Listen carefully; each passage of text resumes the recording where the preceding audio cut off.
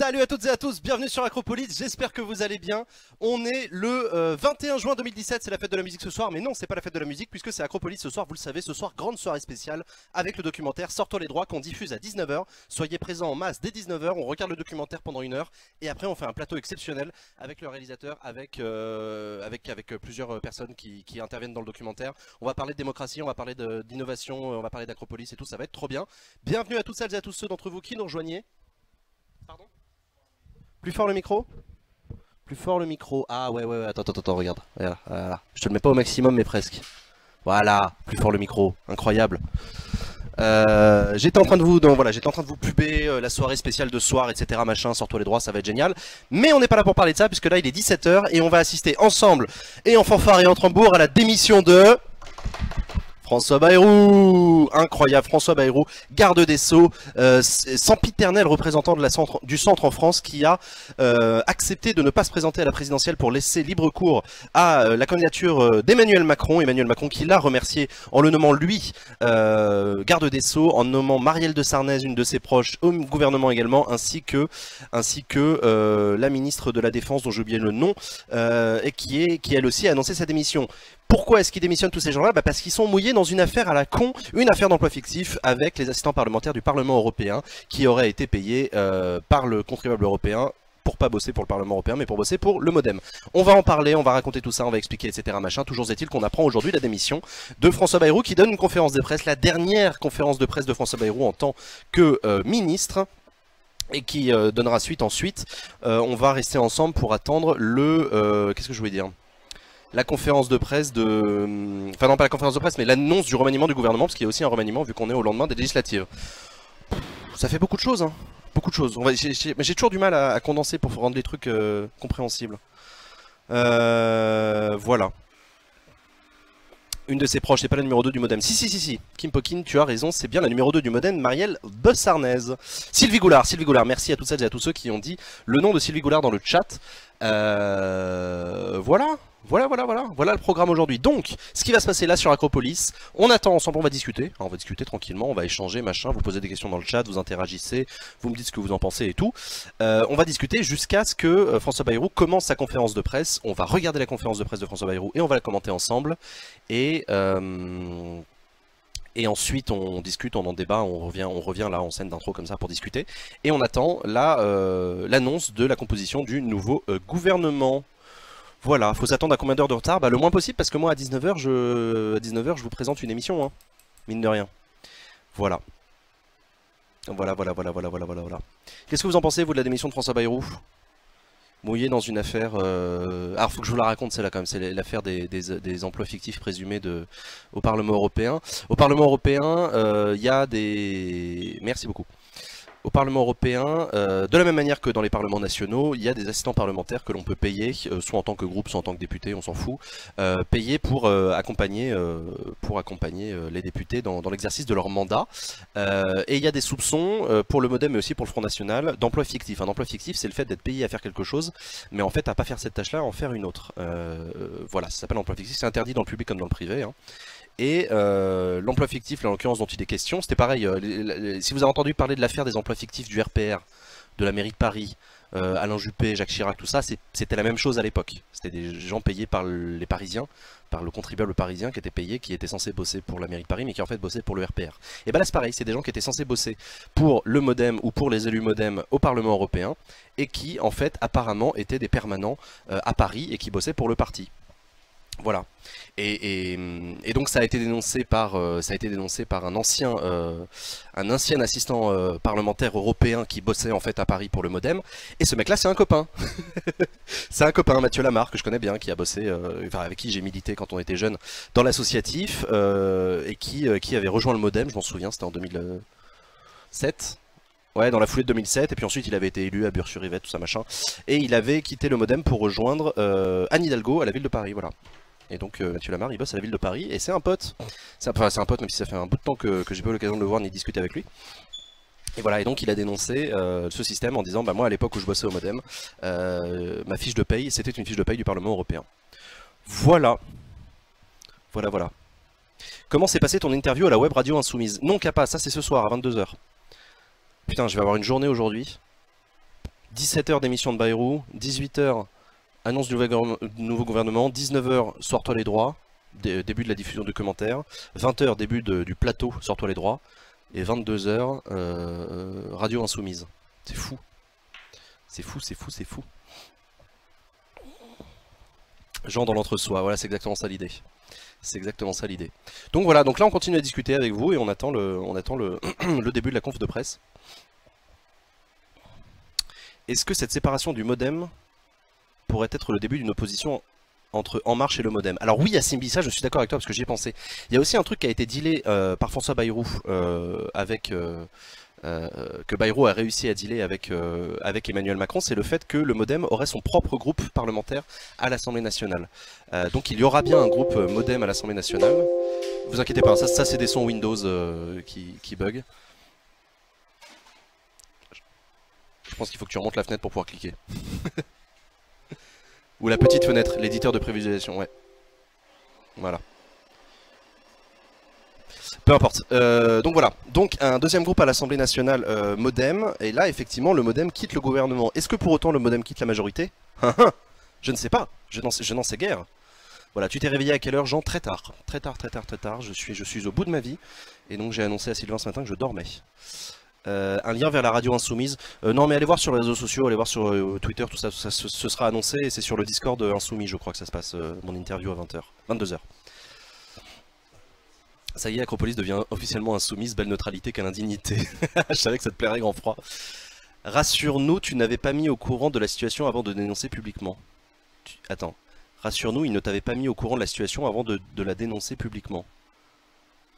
Ah non, mais j'en avais rien à branler surtout. Moi je demande pas à mes potes si leur contrat de travail il est légal et tout, je m'en branle. Je m'en fous, ils vivent leur vie les gars. Ouais, il aura aussi sa petite retraite de ministre. Oh, je pense pas, non. Je pense pas. Non, non, je pense pas. Mais d'ailleurs, Bayrou, il est député. Pourquoi d'un seul coup je me pose la question? Est-ce que Bayrou, en quittant le gouvernement, va venir siéger à l'Assemblée nationale? À quand un invité de droite à l'isoloir? Darkponest, c'est une excellente question. Quand tu veux. Dis-moi qui. Dis-moi qui. Non, il n'est pas député, on est d'accord. Ok, merci Théo, merci Grand Froid, merci Dejin. Il est juste maire de Pau. Ok, donc il va redevenir maire de Pau. Putain, le pauvre. Enfin, le pauvre. Non, mais enfin, on se met à la place de Bayrou. Hein. Toute sa vie, il a voulu devenir président de la République, il ne l'est pas devenu, il est devenu garde des Sceaux, puis 3 semaines plus tard, en fait, il dégage parce qu'il est mouillé dans une affaire à la con. Jean, une question par rapport au groupe France Insoumise PCF, quel intérêt d'avoir un gros groupe ou deux petits? Ah, ça n'a aucun intérêt d'avoir deux petits.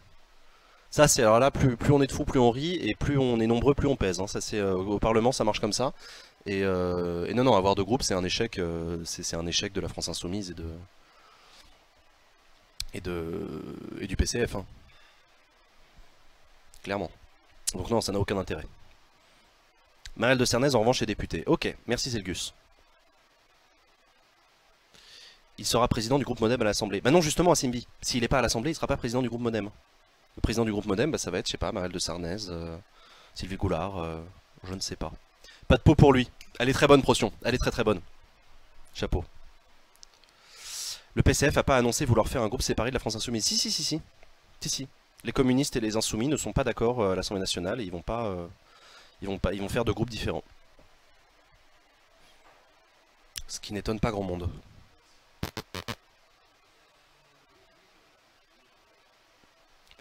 Donc voilà, je vous ai dit beaucoup de choses, je sais pas exactement sur quoi j'ai pas été assez complet, sur quoi est-ce que je peux revenir. Peut-être qu'on peut profiter de ce temps pour refaire un point sur ce que sont les groupes parlementaires. Je ne sais plus, je suis dans l'expectative. Donc voilà, on attend la conférence de presse de Bayrou. Hein. Quand ça commence, bah Tom, tu me fais signe hein, quand tu vois que Bayrou commence à parler. Et voilà, un grand merci à Tom à la régie, un grand merci également à Alexandre qui est avec Tom. Et un grand merci à Sylvain qui est en train de préparer la régie pour ce soir. Pour l'annonce du gouvernement, tu feras comment? Bah, je ferai comme la dernière fois, c'est-à-dire qu'on fera un Framapad. On fera un document partagé sur lequel on écrira les CV des membres du gouvernement. Donc voilà. Par contre, j'ai vaguement un problème de mon PC qui veut plus. Qu'est-ce que c'est que ces conneries? Parce que là c'est bizarre ça. Pourquoi mon chat il... Bah vas-y, bascule sur la scène. Allez, on est avec François Bayrou, qui va prendre la parole incessamment sous peu. Parce qu'il ne s'est pas encore expliqué sur les raisons de sa on est sur France Info, quel bonheur. Savoir est-ce que c'est son souhait personnel ou est-ce que c'est une demande d'Emmanuel Macron, on va le savoir. Je vous remercie d'être venu, malgré la rigueur du climat, pour que je puisse, au travers de vous, expliquer aux Français les raisons du choix que j'ai fait de ne pas participer au prochain gouvernement. Alors, le ministère de la Justice dont j'avais la charge était passionnant. J'y ai découvert des personnalités exceptionnelles.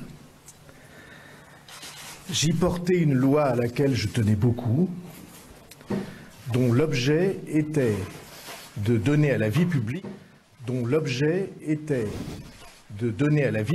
des règles sûres pour la moraliser dans tous les secteurs nécessaires et rétablir la confiance des citoyens dans notre démocratie. Voilà, François Bayrou qui rappelle qu'il était garde des Sceaux en charge de la moralisation de la vie publique. Nous avons mis ce texte au point en 3 semaines.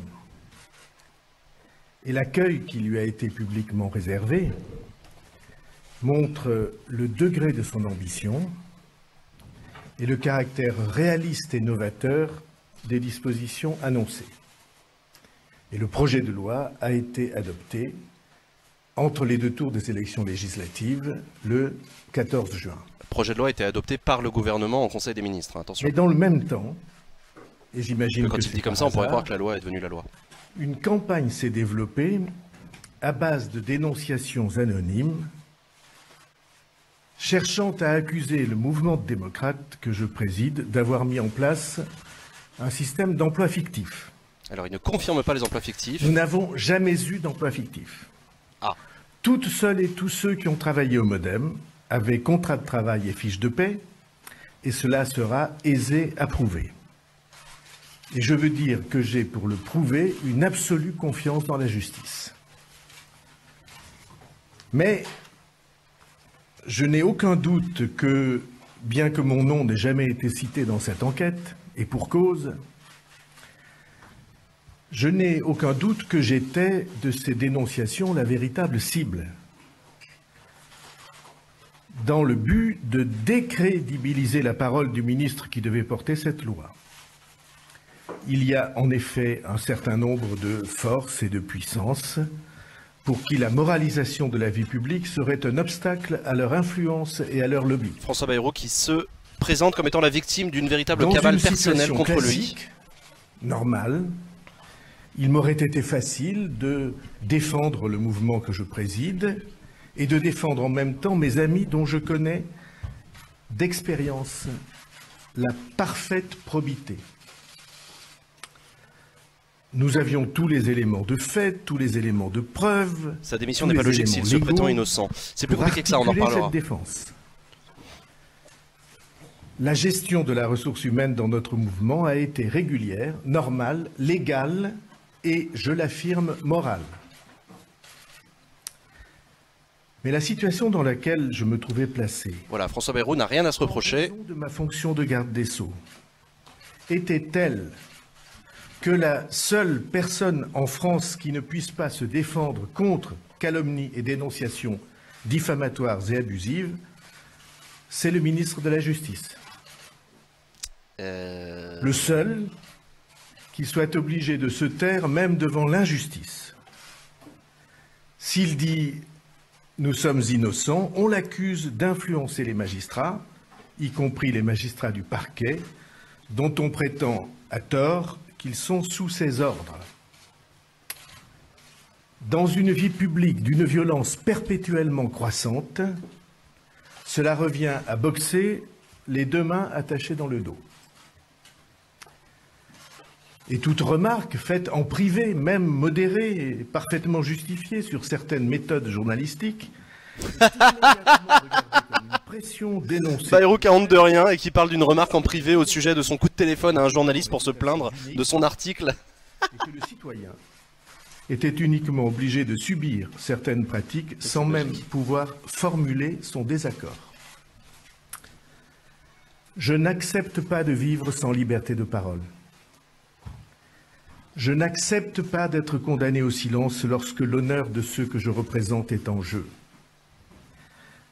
Parce que voyez-vous, l'honneur, la probité, la décence, tout cela paraît chaque jour un peu plus dévalué dans le débat public français. Mais il se trouve que ces mots ne sont pas pour moi des mots creux. De surcroît, cette situation exposait le président de la République. Voilà, François Bayrou qui argumente également sur le fait que le président de la République était mis en difficulté par cette affaire, qui justifie donc sa démission. Allait par ces polémiques être détourné de son sens. Or, c'est une loi à laquelle je tiens beaucoup, à laquelle j'ai beaucoup donné, et il se trouve que j'accorde plus de prix au but à atteindre, à l'œuvre que nous avons à construire, qu'à mon rôle personnel, au titre, aux privilèges et aux galons. J'en ai donc tiré les conclusions. Ah. Je choisis la liberté de jugement et la liberté de parole. Je choisis de préserver la loi de moralisation et de confiance dans la démocratie.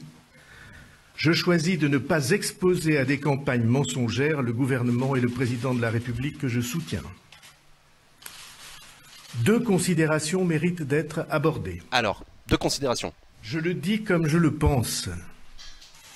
Nous ne pouvons pas vivre dans une société de perpétuelle et universelle dénonciation. Non, mais de transparence, c'est bien Ça a aussi. été à d'autres époques, hélas, le pays des lettres anonymes. Celui où, paraît-il, on en a le plus écrit de toute l'Europe. La dénonciation du voisin qui vous gêne ou que l'on jalouse est entrée dans une nouvelle époque, une nouvelle phase, car la dénonciation fait désormais système avec les réseaux sociaux, avec la presse. La justice, lorsqu'elle découvre Voilà, c'est la faute des réseaux sociaux. de se saisir, Bande de délateurs. l'enquête est dès lors présentée comme une pré-condamnation et la machine folle se met en route. L'acte le plus anodin et le plus normal, sous ce miroir grossissant, apparaît suspect. D'autant que, chacun d'entre vous le sait, il n'est pas une vie humaine, collective ou personnelle, qui résiste à telle inquisition. Inquisition à propos d'Internet. Déferlante, la démocratie ne résistera pas. C'est une grande question pour notre société. Ceux qui s'intéressent à l'histoire savent que ça a été une grande question pour la Grèce antique, qui a dû prendre les mesures les plus sévères d'amende et de privation des droits civiques contre les dénonciateurs professionnels qui étaient stipendiés comme tels et qu'on appelait, ça vous rappellera l'école, les sycophantes. Les réseaux sociaux qui pourraient renverser un membre du gouvernement. Exactement, Vreg, c'est exactement ça l'idée. Reprise dans cette cocotte minute. François Bayrou qui parle d'une société de la dénonciation, amplifiée par les réseaux sociaux, qui met en danger la démocratie selon lui. Comment se défend-on? Pour l'instant, il n'existe aucune défense. Et je pense que cette question mérite d'être posée. J'entends bien que se pose en même temps la question de la protection des lanceurs d'alerte. C'est un débat auquel j'ai beaucoup participé. Et je considère qu'il faut protéger ces lanceurs d'alerte. Mais alors quelle différence entre un lanceur d'alerte et un dénonciateur? Les lanceurs d'alerte sont, dans certaines législations, définis d'abord comme ne devant pas relever de conflit d'intérêts. Or, dans l'affaire qui nous occupe, le conflit d'intérêts est patent, les dénonciateurs ayant été pour les uns licenciés pour faute grave, pour les autres en procès avec notre mouvement, pour d'autres encore au service d'adversaires politiques. Or, personne n'analyse vraiment ces accusations, ne les différencie, personne, et c'est un problème pour la société. Là, il a fait directement référence à Mathieu Lamar, qui a dénoncé les pratiques du mouvement démocrate dont il avait été salarié par le passé et qui aujourd'hui travaille pour Anne Hidalgo. C'est ce que voulait dire François Bayrou quand il parlait de dénonciateurs au service d'adversaires politiques.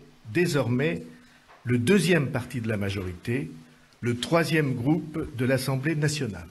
Et vous trouverez autour de cette salle un nombre substantiel, plusieurs dizaines de ceux et celles qui vont former le groupe du MoDem et qui s'est réuni pour la première fois cet après-midi à l'Assemblée nationale. Ma conviction est qu'il faut mobiliser tous les efforts en cette circonstance nationale pour aider le nouveau président de la République. Ma conviction est que l'élection d'Emmanuel Macron est une chance pour notre pays et une chance pour l'Europe et pour l'équilibre du monde. Ma certitude est qu'il est à la hauteur de la fonction. Il a besoin d'une majorité large et d'une majorité où le pluralisme ne soit pas un vain mot. C'est une majorité à deux piliers et ce n'est pas par hasard. Chacun de ces deux piliers doit participer à l'action. Chacun a sa pierre à apporter. Les mouvements nouveaux aussi bien que les courants qui viennent de loin. Nous serons porteurs de stabilité.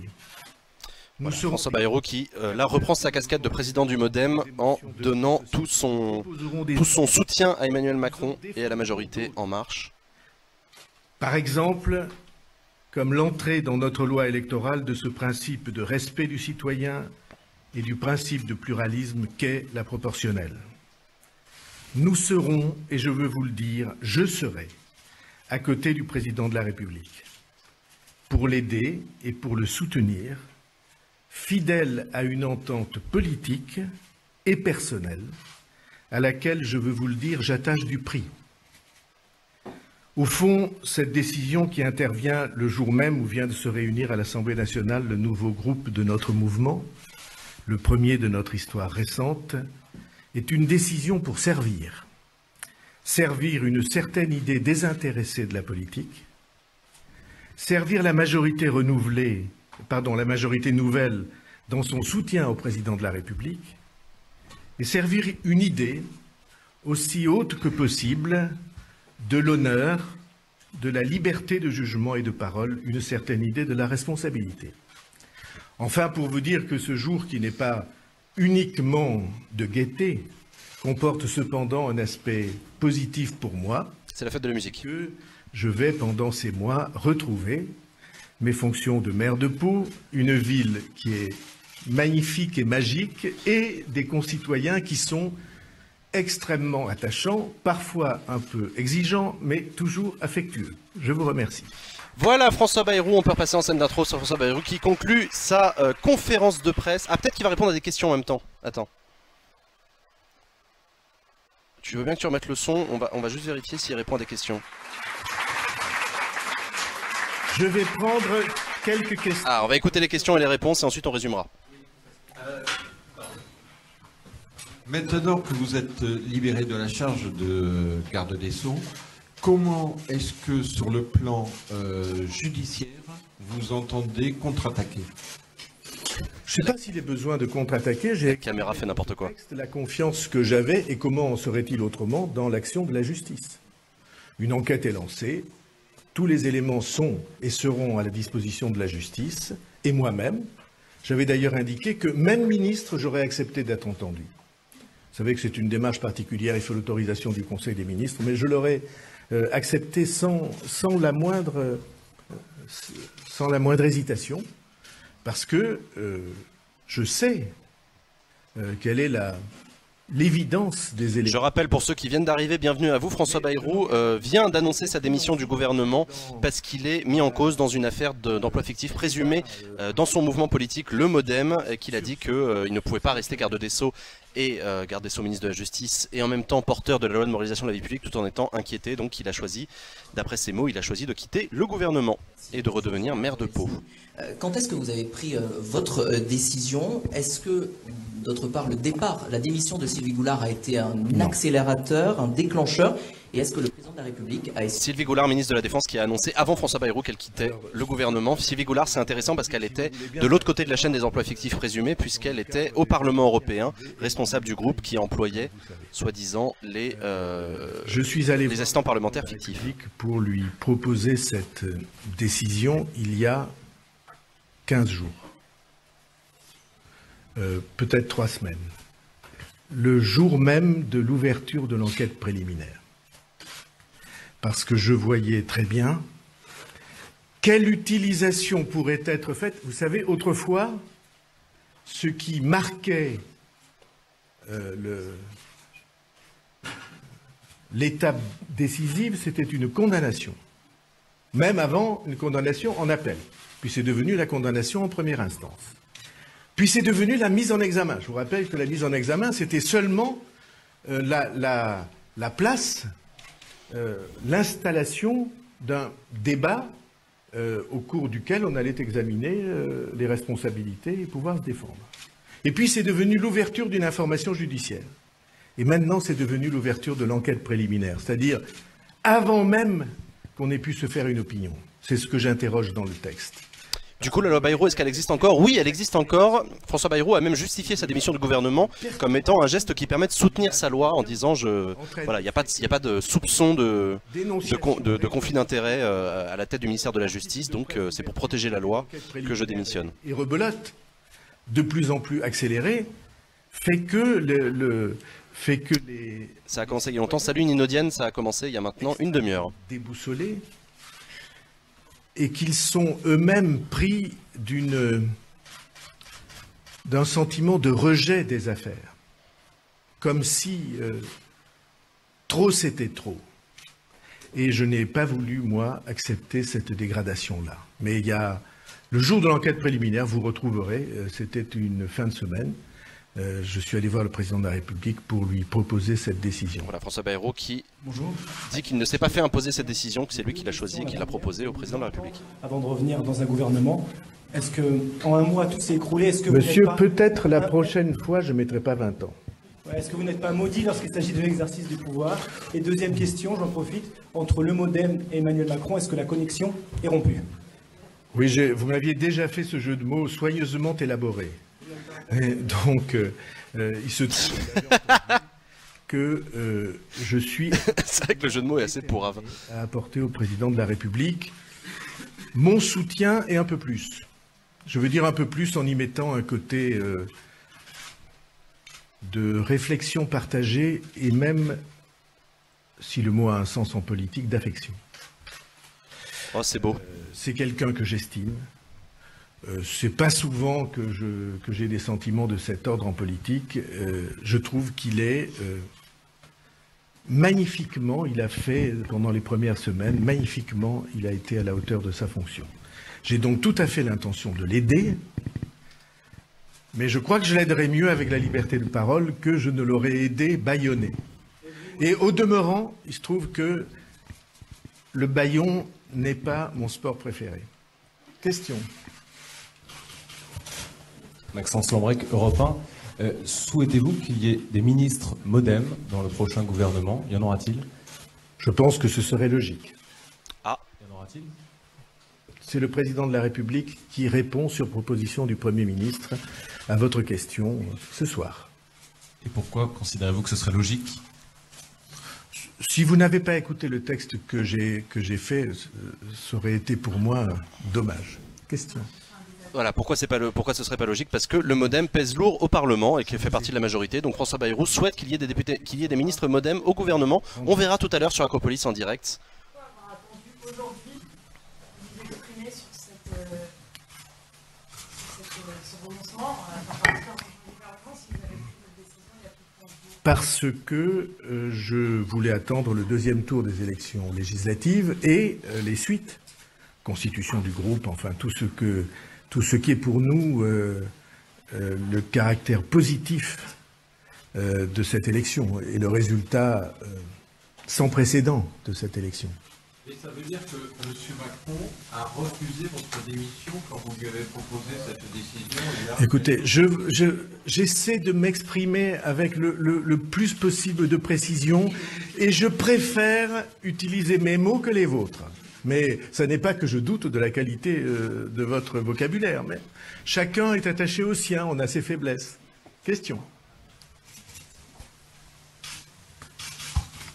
Bonjour, ça fonctionne? Oui. Sylvain Poncher, je travaille à la cellule d'investigation de Radio France.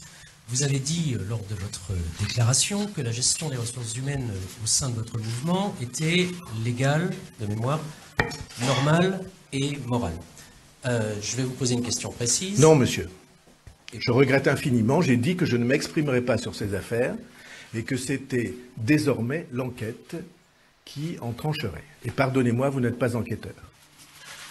Question. Je peux avoir des questions à vous poser. Je vous ai dit les choses. Citoyen, par exemple. Je vous ai dit les choses. Il est bon le journaliste de Radio France. Ici, Hélène Pilichowski. Vous exprimez aujourd'hui votre indignation face aux dénonciateurs et aux excès de zèle des journalistes. Voilà, François Bayrou qui ne veut pas répondre à des questions précises des journalistes, qui laisse ses réponses aux enquêteurs. C'est quelque chose d'assez classique. À votre avis, anormal. Quand vous avez présenté votre texte sur la moralisation de la vie publique, vous n'avez pas fait allusion à cela. Vous étiez déjà indigné, non? Vous le saviez déjà, mais vous aviez plutôt l'intention de traquer les petites fautes des responsables politiques, plus que d'essayer un petit peu de... Disons qu'on le mesure mieux quand on est cible. Question. Oui, mais... Disons que c'est une faiblesse. Question. Louis Osalter, Marianne. Emmanuel Macron a pu constater dimanche soir qu'il n'avait pas besoin des députés MoDem pour faire passer ses textes de loi à l'Assemblée. Est-ce que vous ne pensez pas qu'il aurait pu saisir cette occasion de cette affaire pour se débarrasser de vous, si vous me permettez l'expression, et pour avoir les mains totalement libres? Je pense que c'est totalement faux comme analyse. Totalement. Pour des raisons qui touchent à l'arithmétique, à la chronologie et à la politique. Ça touche à l'arithmétique parce que les majorités que vous qualifiez de larges, elles le sont peut-être moins que vous ne l'imaginez. Parce que, deuxième facteur... En gros, quand je suis ciblé, c'est pas cool, mais sinon, allez-y dénoncer. C'est pas très loin de ça, ouais. Mais bon, c'est la difficulté de la position de François Bayrou. Parce que vous ne comprenez pas ce qu'est la Ve République. La Ve République, ça n'est pas la Quatrième République, pardonnez-moi, c'est la palissade. C'est-à-dire que les majorités ne se forment pas par des accords de boutique à l'Assemblée. Les majorités se forment autour de l'action du président de la République et ce qui est important pour ces majorités, c'est la dynamique. On compte si on participe à la dynamique, si on essaie d'empêcher la dynamique, ce qui arrive quelquefois parce qu'on a des problèmes, des divergences d'appréciation, mais on ne compte pas, on fait obstacle, on est extérieur. Par exemple, il vous suffit de regarder ce que les frondeurs ont fait au sein de la majorité précédente. Ils ont coulé la majorité, mais ils se sont coulés en même temps. Et telle n'est pas mon intention. Si quelqu'un a un Kleenex, ça serait sympa. Parce que j'ai l'impression qu'il fait un peu chaud dans cette... François Bayrou qui transpire beaucoup, on le comprend, il fait une chaleur à crever. Si vous n'êtes pas à Paris, il fait 35 degrés aujourd'hui, c'est un peu l'enfer. Vous avez déjà eu 3 fois la parole, c'est... Merci. Monsieur Bayrou, bonjour. Je ne vous vois pas. Je suis là. Oui. Marie Croxel, TF1.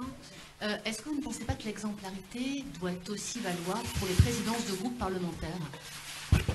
Madame, ah, intéressant. Tous ceux qui sont autour de moi et dans cette salle, ils sont parce que je sais qu'ils sont exemplaires. La question de la journaliste de TF1 était posée pour viser directement Richard Ferrand. Richard Ferrand qui lui aussi est visé par des soupçons de... alors lui c'est pas l'emploi fictif, lui c'est des soupçons de favoritisme, je sais plus exactement quel délit. Et qui a annoncé qu'il quittait également le gouvernement mais qu'il deviendrait le président du groupe Les Républicains à l'Assemblée nationale. Richard Ferrand qui donc le scrupule quitte le gouvernement pour devenir député. Et vous me pardonnerez de dire ainsi que le souhait que... Et Marielle de Sarnez aussi, mais on ne sait pas si Marielle de Sarnez est la présidente du groupe MoDem. Ou alors j'ai raté une étape, c'est possible. Le temps d'exemplarité est un souhait exaucé. Question. Dernière question. Personne? Bah, le chat a plein de questions à poser. Hein. J'aimais bien la question de Fanny. Monsieur Bayrou, la France est-elle plus grande que vos erreurs? 2 questions en une. Non. Est-ce que vous pouvez nous dire précisément aujourd'hui combien le groupe Modem compte de députés à l'Assemblée nationale? Vous vous adresserez au groupe Modem dès qu'il sera constitué, dès qu'il aura écrit sa déclaration, et vous compterez le nombre de signatures. Je suis sûr que vous pouvez arriver jusqu'à ce chiffre.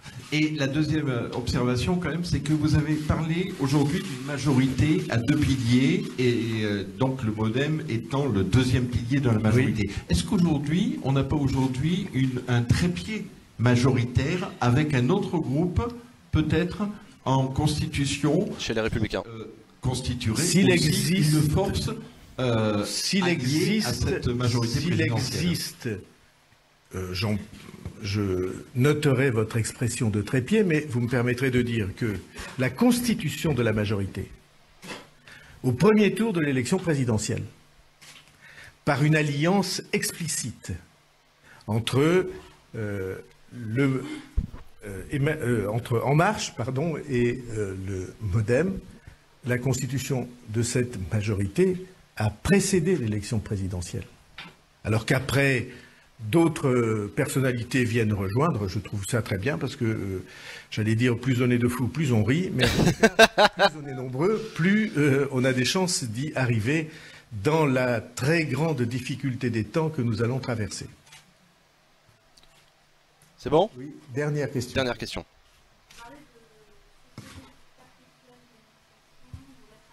On n'entend rien à la question. On va entendre la réponse. Écoutez, moi je me borne à observer. Je ne peux pas pousser plus loin mes investigations. Il se trouve que je n'ai pas d'agence de détective privée pour m'y aider, mais comme ça, j'observe, moi j'ai pas une grande expérience de la politique, que probablement, il y a un but qui est poursuivi.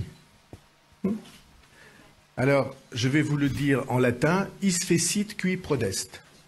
Ça veut dire... ça veut rien dire, mais ça termine bien une phrase. Ce qu'il a fait, c'est celui à qui ça profite.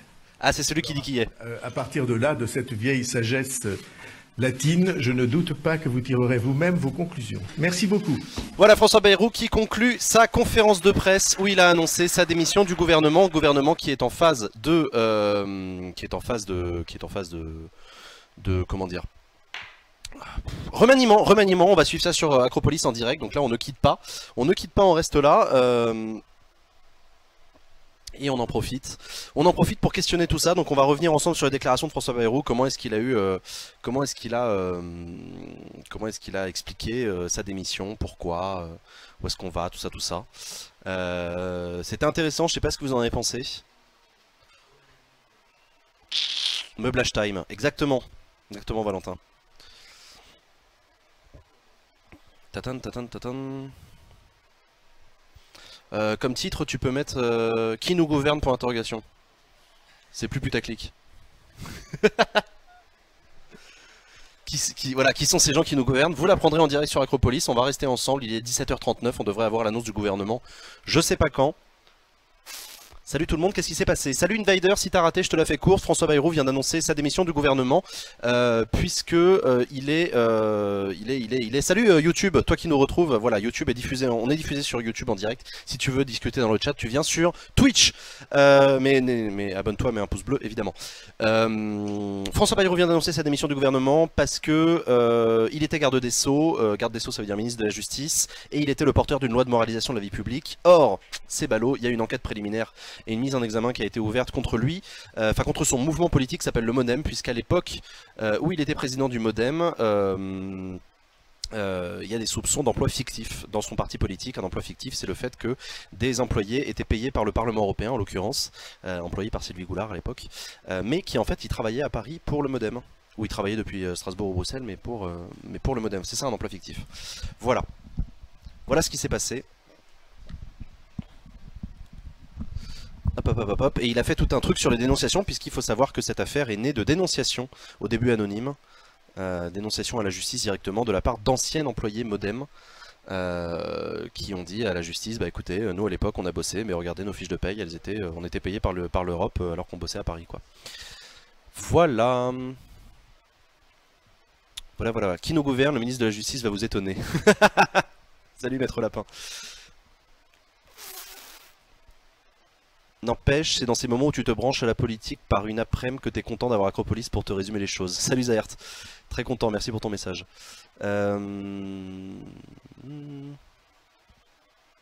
Si c'est comme le premier gouvernement, on l'aura demain la composition du nouveau gouvernement. Non, normalement on l'aura cet après-midi. Non, on l'aura cet après-midi, on attend que l'Elysée.fr nous balance un flux vidéo. Voilà. Non mais c'est intéressant. Tiens, je vous mets un stropole dans le chat.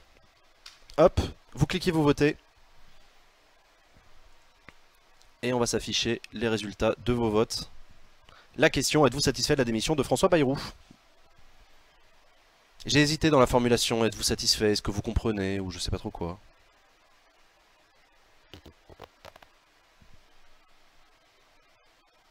Je vous ai mis le bon lien, j'espère.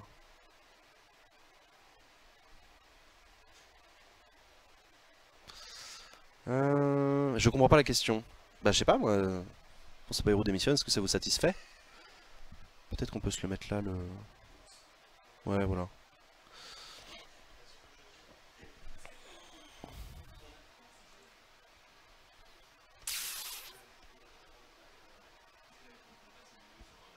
Comme toujours, que deux réponses possibles, le clivage, le débat. Toujours Zahir, toujours, on est sur Acropolis. Non, très mauvais ce pouvoir abusif de la dénonciation. C'est intéressant ce que tu dis, Dark Poney. On va se poser la question de la dénonciation. J'aimerais bien qu'on en parle avec vous effectivement parce que voilà, c'est quoi la différence entre un dénonciateur, un délateur et un lanceur d'alerte? Et d'ailleurs c'était intéressant la réflexion de François Bayrou qui disait que il y a des conflits, enfin que un lanceur d'alerte ne doit pas être en conflit d'intérêts. Et notamment il dénonçait le fait que les personnes qui ont témoigné face à la justice pour mettre en cause son mouvement étaient selon lui en conflit d'intérêts. Alors il a cité plusieurs cas, il a cité ceux qui ont été virés pour faute grave, donc qui ont des raisons d'en vouloir à leur ancien employeur, et d'autres qui travaillent actuellement pour d'autres formations politiques. Il faisait référence à la mairie de Paris, présidée par Hidalgo. Il y en a un qui dit la vérité, qui est un qui ment. D'accord. Il y a le bon lanceur d'alerte et le mauvais lanceur d'alerte. Le lanceur d'alerte informe sur ton ennemi politique. Oui, c'est ça. Le délateur est un lanceur d'alerte dans un pays riche et calme. Bon, en tout cas, vous êtes 80% à être satisfait de la mission de François Bayrou. Intéressant, merci à tous d'avoir voté.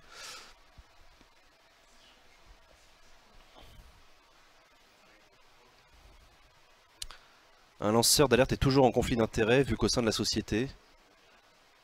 Non mais non, faut arrêter au sein de la société. Ah, au sein de la société de l'entreprise, tu veux dire. Je trouve ça intéressant que Bayrou commence à amorcer d'éventuelles lois contre ce type de dénonciation. Il n'y a jamais vraiment eu de loi contre ça, si. Bah, non. Mais... Enfin, ouais, je sais pas. Je sais pas, encore une fois, je sais pas ce que c'est qu'un dénonciateur par rapport à un lanceur d'alerte. Peut-être que... Ah oui, si, non, peut-être que la différence entre le lanceur d'alerte et le dénonciateur, c'est l'élément intentionnel, comme on dit en droit. C'est-à-dire que dans un cas, le dénonciateur, il fait ça pour nuire, ou pour son intérêt personnel, alors que le lanceur d'alerte, il fait ça pour l'intérêt général. Peut-être ça la différence. J'ai pas trop suivi pourquoi est-ce qu'il est parti. Rurambis, il est parti parce qu'il est visé par une enquête pour des affaires présumées d'emploi fictif au sein de son parti politique, le MoDem. Et que comme il était ministre de la Justice et à la tête, et porteur de la loi de moralisation de la vie publique, ça faisait mauvais genre. Et par ailleurs, il a aussi expliqué, et ça c'est pas inintéressant, il a aussi dit qu'en tant que ministre de la Justice, il ne pouvait pas être auditionné comme n'importe quel citoyen par les enquêteurs. Je veux dire, le mec...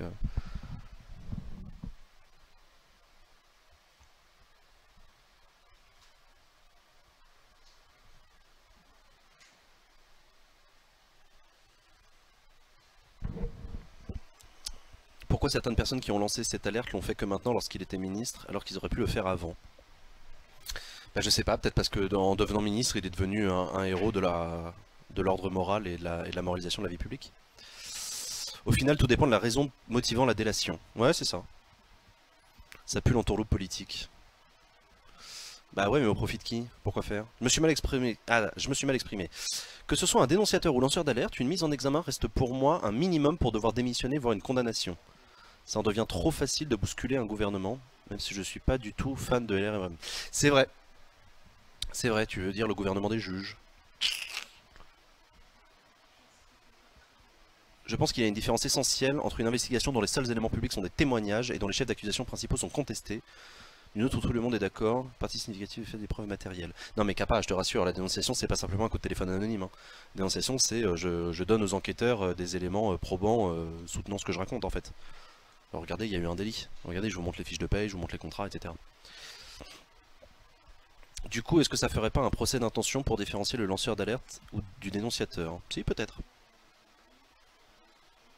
Bah tiens, c'est intéressant. On va faire ça, regardez. Je vais vous faire un stropole intéressant. J'aimerais bien que vous me disiez. Alors, selon vous, l'affaire Bayrou, alors faut pas que je mette d'apostrophe parce que sinon ça va être le merdier. L'affaire Bayrou a été déclenchée par, et là vous me dites, dénonciateur, lanceur d'alerte.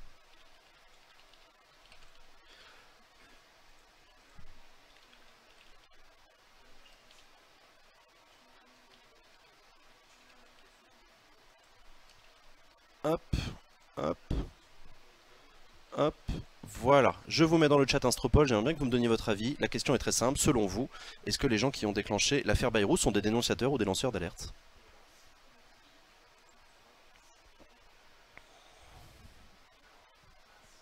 Je sais que c'est hors sujet, mais ça reprend quand les QAG? Ça reprend au début de la session extraordinaire, donc peut-être courant juillet. Mais ça dépend de l'agenda, ça dépend de si. Enfin voilà, ça dépend de beaucoup de choses.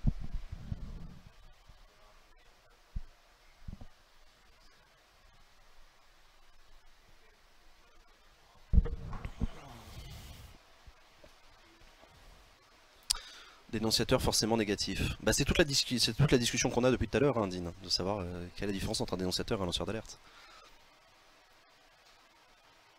Je trouve que le fait qu'ils disent « je suis la véritable cible » est une bêtise. Il n'est pas cité, le but est de faire tomber des manœuvres illégales. J'ai pas compris pourquoi on parle de dénonciateur ou de lanceur d'alerte. Bah parce que Bayrou en a parlé lui-même pendant sa conférence de presse. Il a dit « je suis la cible de dénonciateurs anonymes ». Il a même fait un point Godwin en comparant avec l'époque de la collaboration où les gens dénonçaient les juifs au téléphone, anonymement. C'était un peu scabreux ça d'ailleurs comme comparaison. Il a dit donc je suis la cible de méchants dénonciateurs qui s'en prennent à moi directement dans une cabale politique et à travers moi ils s'en prennent au président de la République. Voilà. En gros c'est ça. Et ensuite il a dit, en répondant à une question d'un journaliste je crois, il a dit je suis le premier à vouloir défendre les lanceurs d'alerte, mais je ne suis là c'est pas le cas, il y a des conflits d'intérêts, tout ça. Allez, j'affiche les résultats du Stropole. Et la France est coupée en deux, une fois de plus, incroyable. Intéressant. Très intéressant.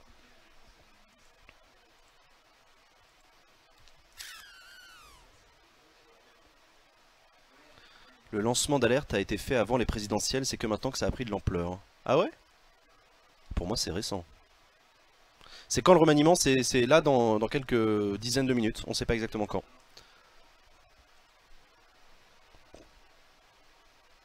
Je vais peut-être paraître bien naïf, mais j'ai juste envie qu'on laisse faire la justice. Bah oui, mais ça implique quoi? Dark Poney, c'est gentil, on est tous pour la justice, hein, globalement. Enfin, à moins qu'il y en ait d'entre vous qui êtes pour l'injustice, mais qu'est-ce que ça implique? C'est la question. Moi aussi, je suis pour la paix dans le monde. Hein.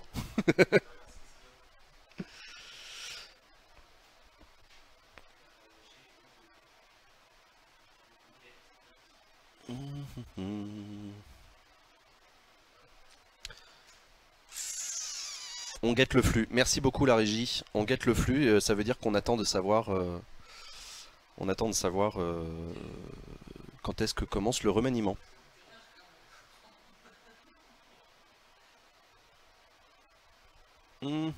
Il en pense quoi le matheux de tout ça?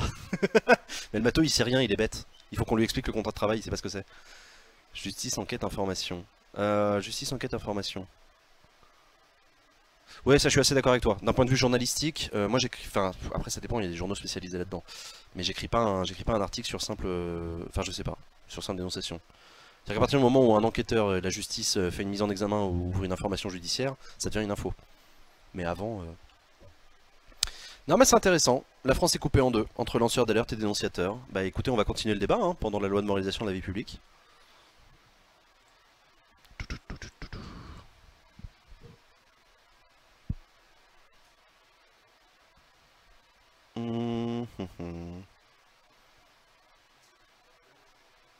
Concrètement, les capitalistes sont un peu pour l'injustice monétaire. Pas du tout. Pourquoi remanier vu qu'En Marche a eu sa majorité? Bah déjà parce que le modem se barre. Richard Ferrand également. Et ensuite parce que tu remanies toujours pour prendre en compte la nouvelle majorité à l'Assemblée nationale. Et en l'occurrence, il n'est pas impossible, et ça on le verra ensemble tout à l'heure, il n'est pas impossible que le président de la République fasse entrer au gouvernement des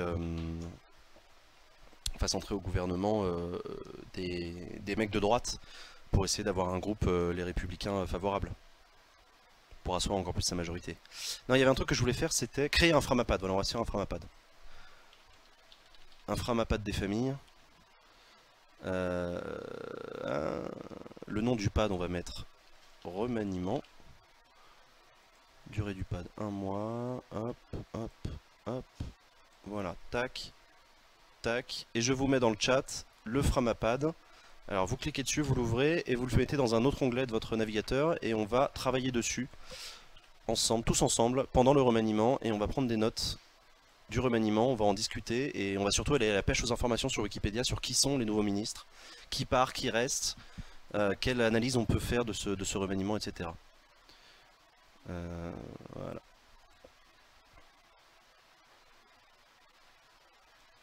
Voilà, voilà, voilà. Non, alors essayez de pas effacer ce qu'écrivent les autres, hein, puis vous allez voir petit à petit ça va s'organiser. Voilà. Hop, hop, je réouvre.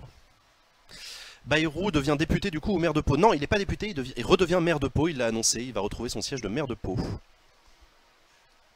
Ils ne vont pas changer tous les ministres, non, non, non, non, non, non, non, ils vont pas changer tous les ministres, ils vont changer quelques-uns, faire des ajustements. C'est plus un remaniement d'ajustement, c'est pas un remaniement de changement de majorité. Question, vu qu'il n'y a pas de chance qu'il y ait les mêmes gens qu'avant, on pourrait juste reprendre l'ancien Framapad. Non, bah on peut se servir de l'ancien Framapad pour apporter des informations. Il faut que j'aille vous le chercher, je sais pas où il est. Prenez le lien quelque part. N'hésitez pas à faire des copier-coller entre l'ancien Framapad et le nouveau. Je rappelle, hein, pour ceux qui ne sont pas au courant, l'ancien Framapad c'est le Framapad qu'on avait fait pendant la nomination du premier gouvernement. On avait écrit tout un Framapad avec le CV de tous les membres du gouvernement, donc avec Bayrou et Co. Mais là on en fait un spécial remaniement. Je vous l'annonce hein, parce qu'on l'avait déjà dit pendant Inside Acropolis. Les Framapads qu'on fait pendant les émissions, le but du jeu c'est que ça devienne des articles sur acropolis.fr, des articles écrits que vous pourrez partager et tout. Voilà, mais ça ce sera courant en juillet, on est en train de mettre ça en place avec Kobaru, que je remercie vivement d'ailleurs, qui s'occupe du site. Je viens d'apprendre qu'en France, une notion de lanceur d'alerte est inscrite dans la loi mais ne concerne que la santé publique et l'environnement. Quoi, tu savais pas? Si, la protection des lanceurs d'alerte, ça a été voté par les socialistes pendant le dernier quinquennat. Je crois, hein. Je crois, je suis même sûr. C'était dans la loi Sapin. On l'avait commenté ensemble sur Acropolis. Et Valls, ministre de la Justice. Oh, peut-être que Valls, il va rentrer au gouvernement? T'imagines Valls au gouvernement? Ça fait Marie-Alexandre. Non mais peut-être, attends, le mec il a été élu et il paraît qu'il est en train de créer un groupe parlementaire avec des copains à lui, au sein du PS. Donc à partir du moment où il a un groupe, ça pèse, et c'est intéressant pour Macron. Ministre du Travail, ouais, pour rigoler, ouais. Ministre des Ordonnances.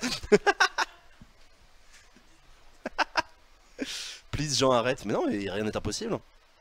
Non, putain, trop drôle. Attends. Ça mérite sondage, ça.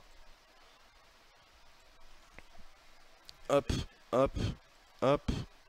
Pensez-vous que Manuel Valls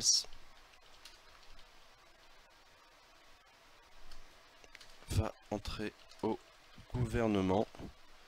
Hop.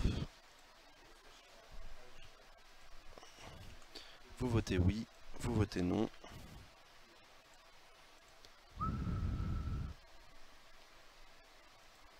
Hop. Retard de l'annonce 30 minutes d'après BFM. Ok, merci beaucoup. Du coup, elle devrait avoir lieu quand l'annonce?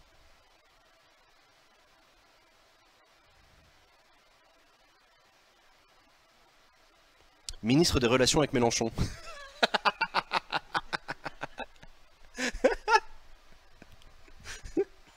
Ce serait scandaleux. Mais pourquoi scandaleux? Olivisuve, explique-moi pourquoi ce serait scandaleux. Moi je trouve que politiquement ce n'est pas totalement absurde. On sait que Manuel Valls est sur une ligne proche de celle d'En Marche, économiquement notamment. Valls a été ancien Premier ministre et Valls représente quelque chose au sein des socialistes. Alors les socialistes pèsent pas très lourd. Par rapport aux 360 d'En Marche, ils sont que 46, mais ils sont là quand même. Donc 18h30, merci Dorian. Putain ça va être short hein. Ça va être short parce que moi à 19h je dois faire mon émission en bas.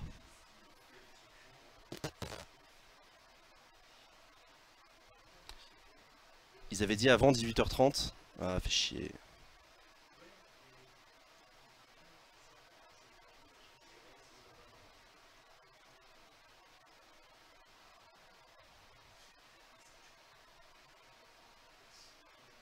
Si Macron croit sérieusement à son renouvellement politique, il va faire l'impasse sur Valls. Ah oui, c'est vrai. Ah peut-être qu'il n'y aura pas Valls, mais peut-être qu'il y aura des valsistes. Donc, j'affiche les résultats. Est-ce que Valls fera son entrée au gouvernement selon vous? Et vous êtes une grande majorité à dire que non, vous n'y croyez pas à l'entrée de Valls au gouvernement. Ok. Ok. Merci beaucoup d'avoir voté. Merci pour vos votes. Je continue, ouais. Moi je continue à chercher la meilleure manière d'afficher les stropoles, de les faire et tout. J'aimerais bien que ce soit le chat qui gère lui-même les stropoles en fait. Mais il faut qu'on trouve une technique pour ça, c'est un peu compliqué, je sais pas, il faut qu'on y réfléchisse. Je regarde juste rapidement. Je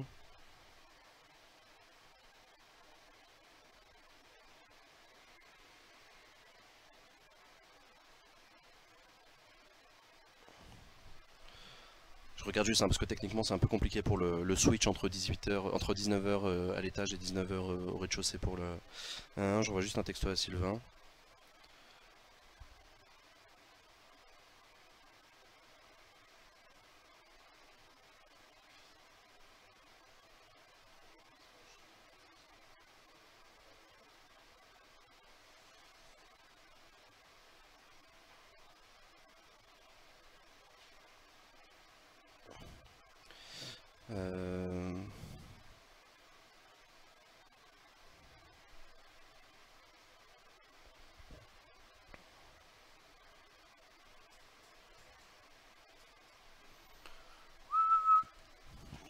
Hop, simple de gérer ça avec un bot qui reprend un stropole et tant qu'il est ouvert refuse les autres.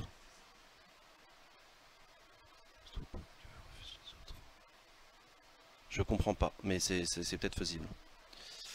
Tu peux faire un bilan rapide de la situation? Oui, Sweetwater, très rapidement la situation est la suivante. Les élections législatives, le deuxième tour a eu lieu dimanche dernier. On connaît maintenant la tête de la majorité, La République En Marche à l'Assemblée nationale, qui est très importante, parce qu'il y a 360 je crois environ députés.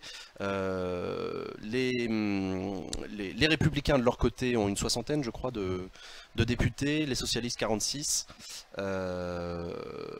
Voilà.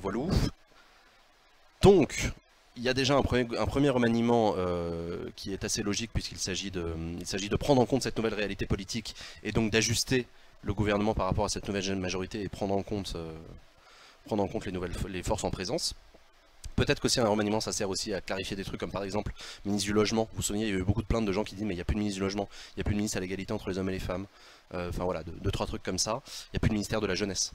Ça c'est un truc que je trouve ouf, mais voilà, il n'y a plus de ministère de la jeunesse. Donc voilà, ça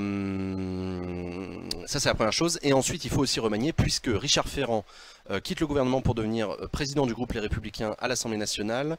Richard Ferrand qui d'ailleurs a des soupçons contre lui de je sais plus quoi d'ailleurs, contrats illicites, contrats illégaux. Favoritisme, je ne sais plus exactement quel est le délit. Donc ça c'est Richard Ferrand. François Bayrou vient de l'annoncer sa démission du gouvernement à cause des soupçons qui pèsent contre lui d'emploi fictif dans le cadre du parti politique le MoDem. Il quitte le gouvernement avec les autres ministres MoDem, à savoir Marielle de Sarnez et Sylvie Goulard. Voilà la situation, et donc là il est 18h, on attend l'annonce du nouveau gouvernement qui devrait arriver aux alentours de 18h30. Et pendant ce temps-là, on discute. Jean veut que le chat gère quelque chose. Je suis sûr que vous pourrez le faire. Un texto à Sylvain Durif. Exactement, c'est ce que je viens d'envoyer. Ça existe, Framabox? Bah, je vous laisse réfléchir, mais si vous me trouvez une solution intelligente et intéressante qui permet d'avoir un système de sondage permanent, pour l'instant Stropol c'est le plus simple parce que c'est intégrable dans Tipeee Stream qu'on utilise pour afficher les trucs. Bref.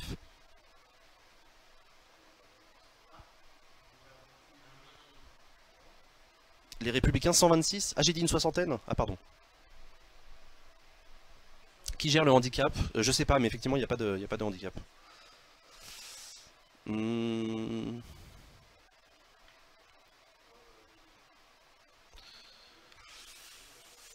Alors, c'est plutôt Bayrou qui part avec Goulard que l'inverse. Bayrou disait mardi que la décision de Sylvie Goulard était personnelle afin de minimiser l'événement dans l'idée de rester au gouvernement. Et aujourd'hui, il dit que sa décision de la ministre des Armées n'est pas déterminée par la sienne. Ouais, je suis d'accord. Je suis d'accord avec toi, Amphitrio, c'est pas très convaincant, ces retournements d'argumentation.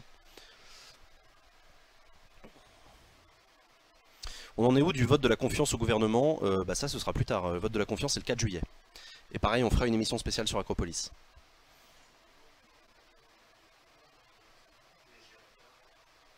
Alors, qui pourrait devenir garde des Sceaux? Ah, c'est intéressant ça. Qui pourrait devenir garde des Sceaux? Garde des Sceaux, garde des Sceaux...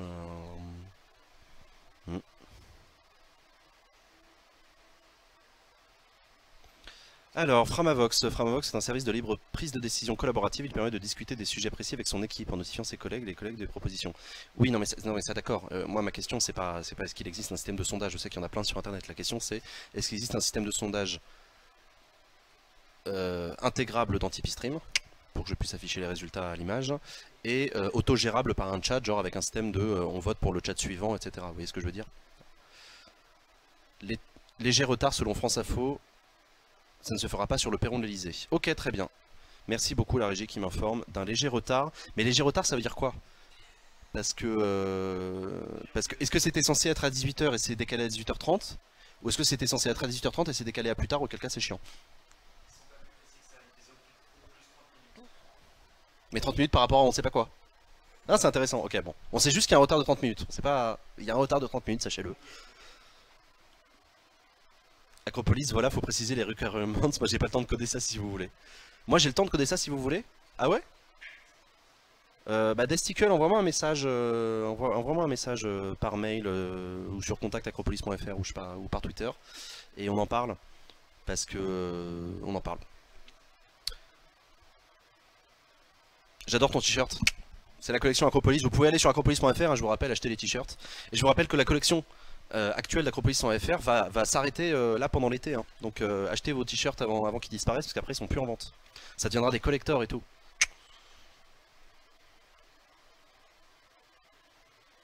Question, est-ce que le poste de garde des Sceaux sera plutôt accordé à un politicien ou à un juriste réputé, comme Robert Badinter à l'époque? C'est quoi un politicien pour toi? J'ai jamais su ce que ça voulait dire politicien moi.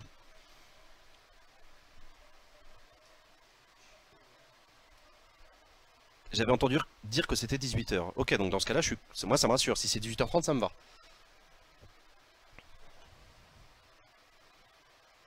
Des collectors et non des chiffons. Bien sûr que non, c'est pas des chiffons. Ça ne deviendra jamais des chiffons.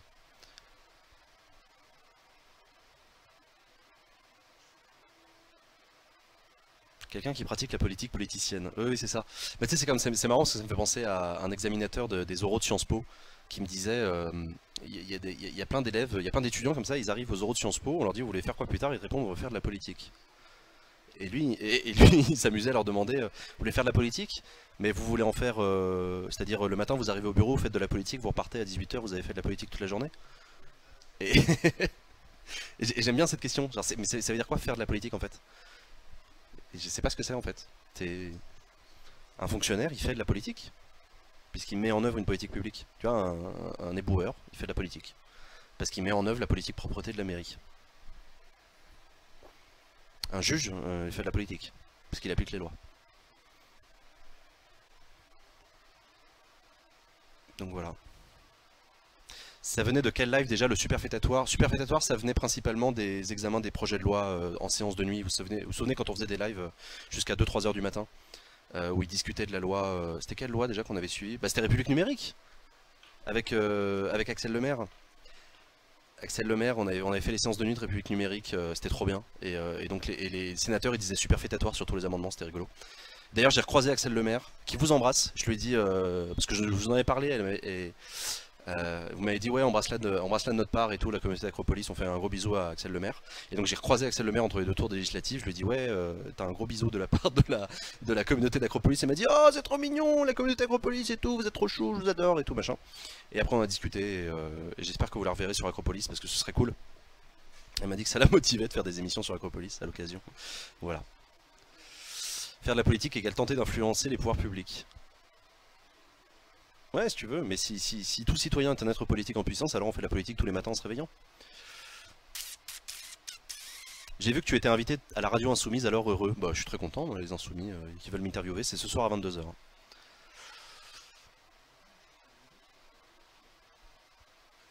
Mais si l'État français devient une entreprise avec Macron, ce sera toujours de la politique. Ah non, ce sera du management. Ce sera du bottom-up, ce sera de la gestion de projet. Ce sera de la gestion de projet, putain. J'ai une bise d'Axel. Ouais, vous avez une grosse bise d'Axel. Vous suivez tout ce qui est projet de loi de finances? Bah oui, bien sûr. D'ailleurs, Axel Lemaire ayant perdu, vous comptez l'embaucher. Bah ouais, alors c'est très très mal payé Acropolis, hein, puisque personne n'est payé. mais si Axel Lemaire veut faire des émissions régulières sur Acropolis, c'est avec plaisir, ça pourrait être rigolo, on pourrait réfléchir. Jean, tu es insoumis. Non, c'est pas le genre de la maison, non.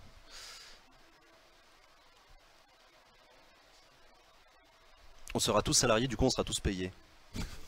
On sera tous stagiaires, et encore. On sera tous... Bah non, on sera tous consommateurs. J'ai commencé à suivre Acropolis il y a 2-3 mois, mais est-il possible de savoir comment ça a commencé et quand? Salut Dark Poney, bah c'est très gentil à toi de suivre Acropolis. Franchement, je t'invite à suivre mes interviews que j'ai données un peu partout. Enfin, regarde, va sur acropolis.fr, tu verras, il y a une revue de presse. Il y a une revue de presse et il y a par exemple un documentaire qui a été fait par la Télé Libre. Tu cliques dessus, tu le regardes, c'est une vidéo qui dure 3 minutes sur Dailymotion. Et c'était il y a 1 an, donc je raconte un peu l'histoire d'Acropolis.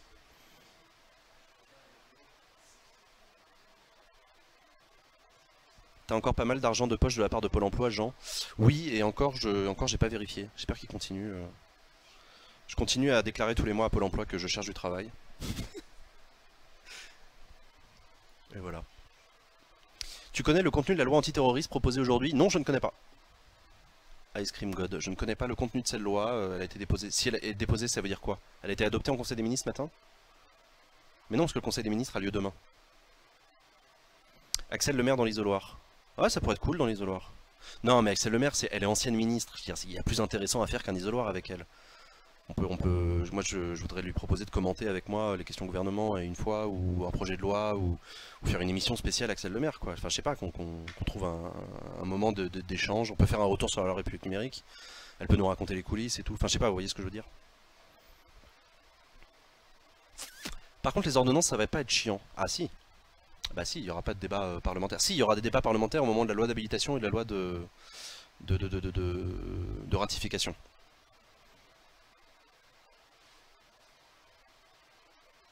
C'est pas de mettre l'état d'urgence dans le droit commun. Ah si, Facial Jack, si, t'as raison. C'était ça, l'idée de faire entrer l'état d'urgence dans le droit commun. Ce qui est rigolo comme phrase, parce que l'état d'urgence est déjà dans le droit commun, je vous rappelle, hein, pour ceux qui ne le savent pas, que l'état d'urgence c'est une loi de 55, c'est pas dans la Constitution. Hollande voulait que l'état d'urgence soit dans la Constitution, pour justement que ce soit un caractère exceptionnel et pas dans la loi, mais ça a été refusé par la majorité des députés et des sénateurs de l'époque. Ah c'est rigolo, regardez, j'ai un truc qui est vert dans la main. Et quand je le secoue, on s'en fout. On se fait chier, hein. On se fait chier.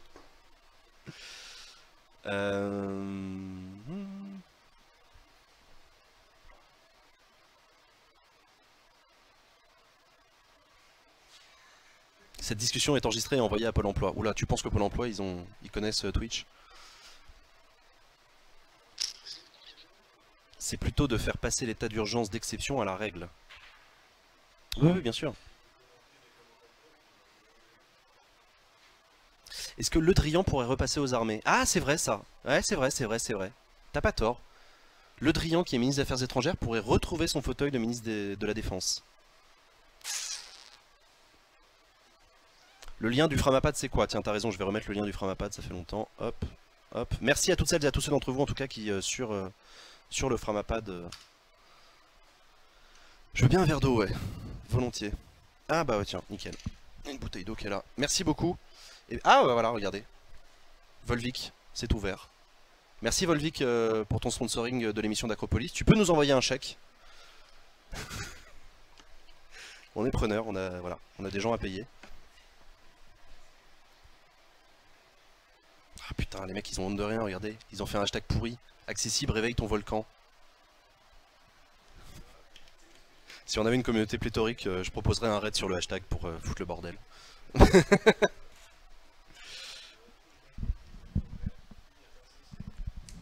Salut, c'est fini, j'ai loupé quoi? Non, t'as rien loupé, on attend le remaniement du gouvernement. Alors tiens, par contre, je vais peut-être changer le titre. Le remaniement commenté, oui c'est ça. Non mais attends, je vais changer le titre, on va pas mettre le remaniement commenté, on va mettre... Qui nous gouverne? Qui nous gouverne vraiment? Tiens, allez, on va faire ça, comme ça, ça va attirer tous les complotistes de Twitch vont venir. Et ils vont être vachement déçus.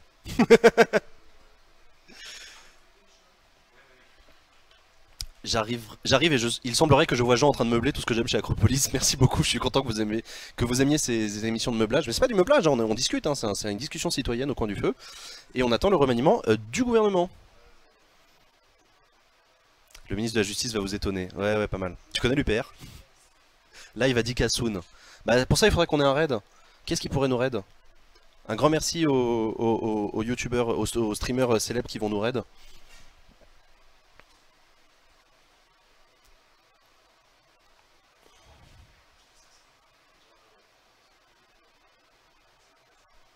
Et on a un don 100 balles. T'es sérieux? Pour avoir un chat et améliorer les clics sur vos vidéos, ça vaut le coup, continuez comme ça, c'est top. Mec! C'est hyper généreux. Putain. Bah merci. Oh là là. Ah, ça me fait tout bizarre. Bah merci. Merci beaucoup, c'est hyper généreux. 100 boules. Bah merci beaucoup. Je sais pas quoi dire. À part merci beaucoup, mais je l'ai déjà dit 4 fois, donc... Et bah trop cool. Ah ça... ah ouais, ça... non, ça fait quelque chose, y a pas à dire, ça bouscule. Putain. Ah mais ça c'est le nouveau titre, hein. C'est le nouveau titre de la vidéo. Ça fait donner de l'argent. Je fais des trucs bien racoleurs du cul. Sur le live du Monde, il y a quelqu'un qui a demandé si les journalistes étaient prêts à rester toute la nuit à cause de la ponctualité de Macron. Les journalistes ont dit qu'il fallait s'attendre à du retard, c'était à 10 h. Oh, dur.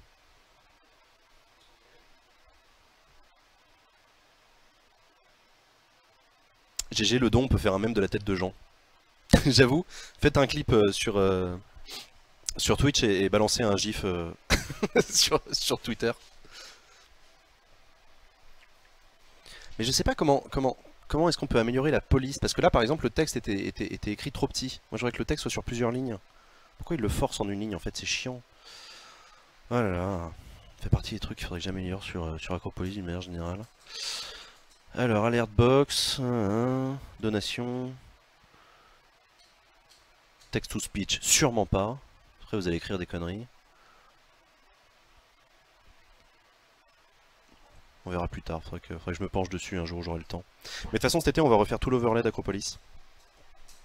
D'ailleurs s'il y a des spécialistes en overlay chez vous, des gens qui utilisent Twitch Alert et Tipeee Stream matin, midi et soir, ça nous intéresse d'avoir des compétences là-dessus pour bosser. 100 € pour payer les pizzas ce soir? Non, non, non, non, non Dorian. Je l'ai déjà dit 1000 fois, les dons sur Acropolis ne servent pas à payer le café, la bière, les pizzas. Les dons sur Acropolis servent au projet. On n'écrirait jamais une connerie.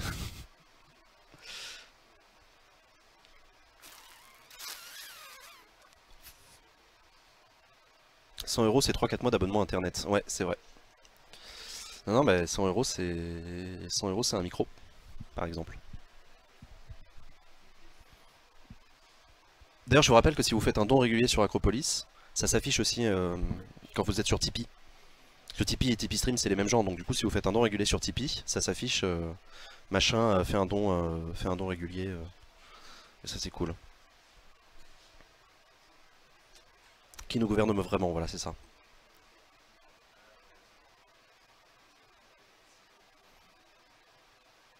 Mettre l'over voice, c'est entendre 6 fois par jour tu connais l'UPR. Grave, Raven. Mais par contre, si c'est pour avoir plus de dons, pourquoi pas. Non, mais par contre, ce qu'on peut faire, c'est personnaliser le son qui est joué au moment où il y a un don. Là, c'est le bruit de Mario, vous l'avez reconnu, hein, qui trouve de l'argent.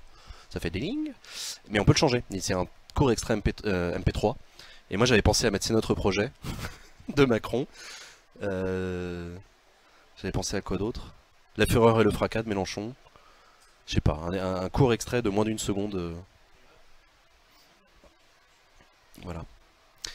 Rebonjour, ça meuble toujours. Salut Daijin, oui ça meuble toujours, on attend le remaniement du gouvernement.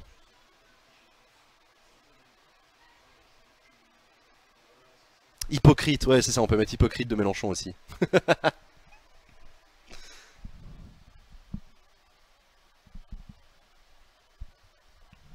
Je peux mettre rendez l'argent, ouais. Ah oui, rendez l'argent. Ça aurait été drôle. Bah pareil, hein, si vous avez du temps à perdre sur Audacity, créez le truc MP3, envoyez-le moi. Parce que moi j'aimerais bien faire comme Zerator par exemple, Zerator ou MV, ils changent régulièrement en fait de son des donations. On pourrait avoir un son de donation par mois. Mais du coup il faudrait que ce soit lié à l'actualité.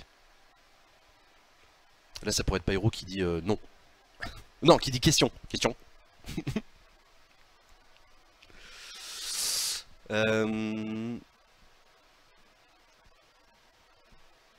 Oui, on entendait un klaxon. Oui, on entendait un klaxon dans la rue à côté, là, ça klaxonne. La boule magique. J'ai fait un clip, il est génial, je vous mentionne sur Twitter. Attends, faut que j'aille regarder. Twitter. Pareil, hein, quand vous achetez un t-shirt Acropolis ou un mug Acropolis et que vous vous prenez en selfie avec quand vous le recevez, vous avez un retweet. Hein.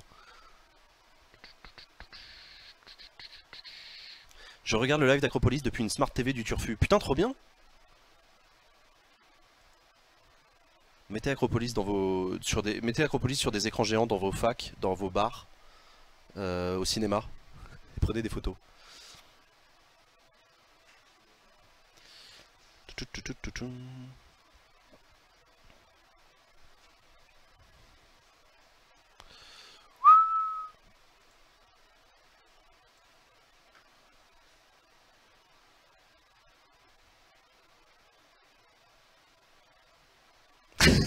J'avoue, il est trop bien le clip. Merci. Les achats des t-shirts d'Acropolis devraient être déductibles. Déductibles de quoi? D'impôts? Pas déconner. Genre vous payez des impôts. Genre, bande de chômeurs. À quand ton prochain Ask Me Anything sur Reddit France? Bah quand il m'invite, hein, moi c'est avec grand plaisir.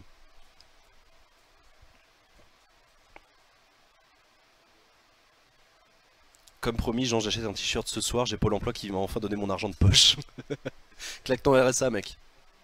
À 5000 RT, on en reparle. Ouais, c'est ça. Partage le clip. Mais non, mais le clip, il est sur... Ah oui, d'accord. Non, attendez, je le retweet. Oui, effectivement. Si je le retweet pas, vous pouvez pas le voir. Non. Non, putain. Fais pas arrête de faire l'enfant.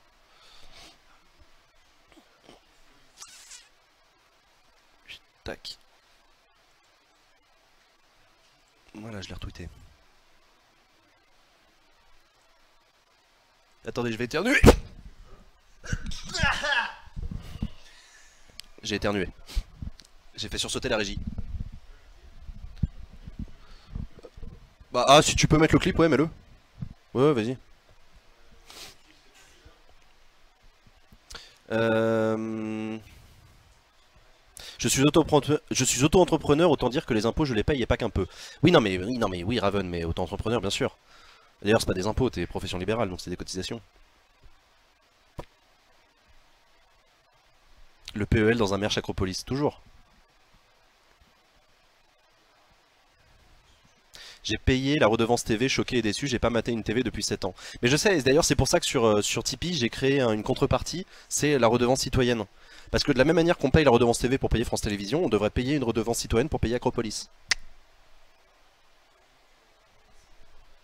Et tous les jeunes qui regardent jamais la télévision mais qui payent quand même la redevance, et ben en fait on devrait faire l'inverse, en fait on devrait faire payer la redevance Acropolis par les vieux qui regardent jamais Acropolis, comme ça fait de la citoyenneté pour les jeunes.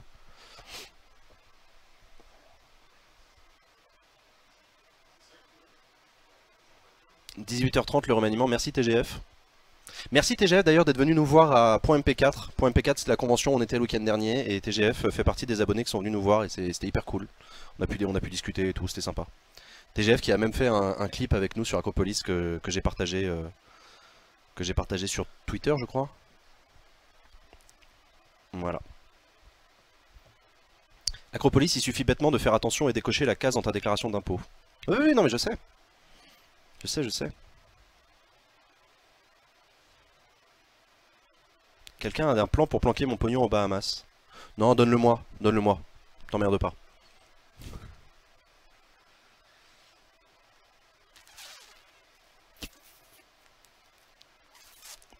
C'était bien la MP4, la .mp4. Bah, oui, en fait c'était une convention chouette. Tout était hyper bien organisé, les organisateurs étaient au top, les bénévoles étaient géniaux. Ah voilà, on a le clip. Ça arrive incessamment sous peu. Vas-y. Je sais pas si on a le son.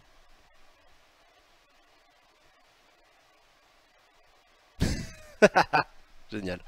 Merci beaucoup. Merci beaucoup pour ce don et pour cette réaction et pour ce clip. Qu'est-ce que j'étais en train de raconter ? .mp4, ouais, alors c'était très sympa parce que c'était bien organisé, les bénévoles étaient vraiment adorables. Le seul problème qu'il y a eu, c'est que la communication n'a pas suffi et du coup il y avait vraiment personne en fait. Personne n'est venu, c'était à Perpète, c'était à Évry, c'était un week-end, c'était le jour de la fête des pères, c'était le jour du second tour des législatives, il faisait une chaleur à crever et personne n'avait envie de venir s'enfermer dans la fac d'Évry. Mais c'est pas grave parce que c'était intéressant, on a bu des coups avec d'autres youtubeurs, on a passé du temps à discuter. Moi j'étais avec Guilhem, on était avec l'équipe d'Acropolis et tout. On a rencontré des gens cool, on a rencontré Yudeo, on a rencontré... Non, c'était sympa. Voilà, donc c'était sympa pour les vidéastes parce qu'on se rencontrait entre vidéastes et c'est toujours cool. Mais vis-à-vis du public, bah il y avait personne quoi. Donc voilà. C'est un peu plus compliqué la redevance maintenant, si on a la télé dans notre offre internet, ils font payer quand même. Même si tu n'as pas de télé du tout chez toi. Ouais, oui, effectivement ils ont fait évoluer la redevance, ouais. Ta réaction on dirait le même que JLM sur Europe 1, ouais.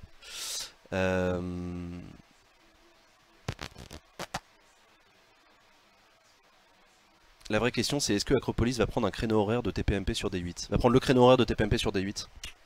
Si seulement. Si seulement.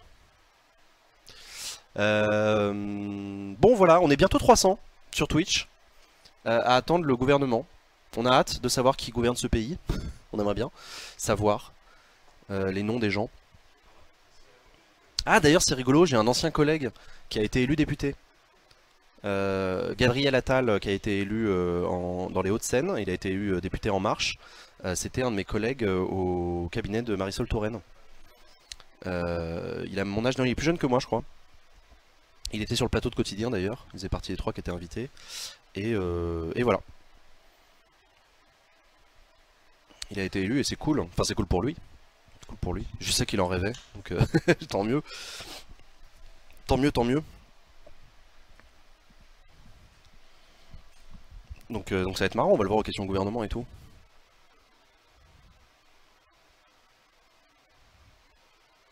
Espérons que ce soit pas le mec avec ses lunettes qui le remet tout le temps. Non, non, c'est un autre. Tu as des amis En Marche. Oui, mais j'ai des amis partout, c'est fou. C'est fou.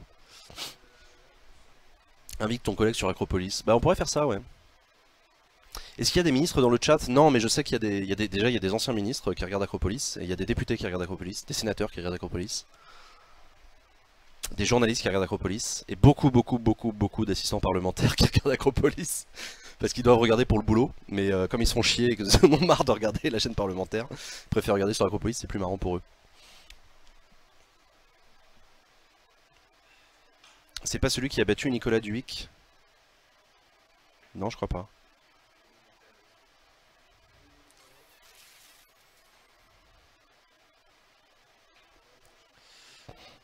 Et beaucoup de chômeurs, oui, toujours. Beaucoup de chômeurs. Merci Dorian.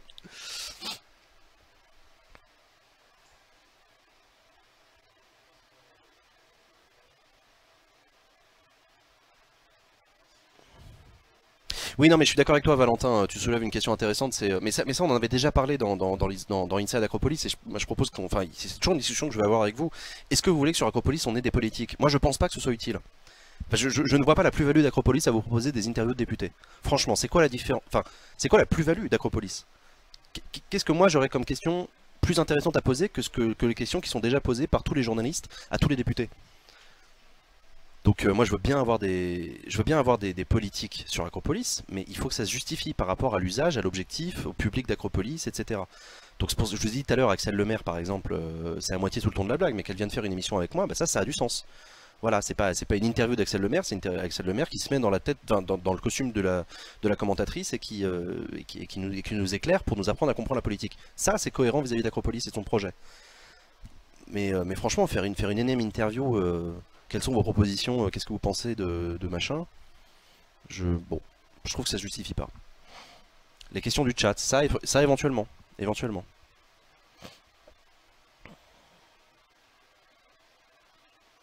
Ouais, les questions du chat, ok.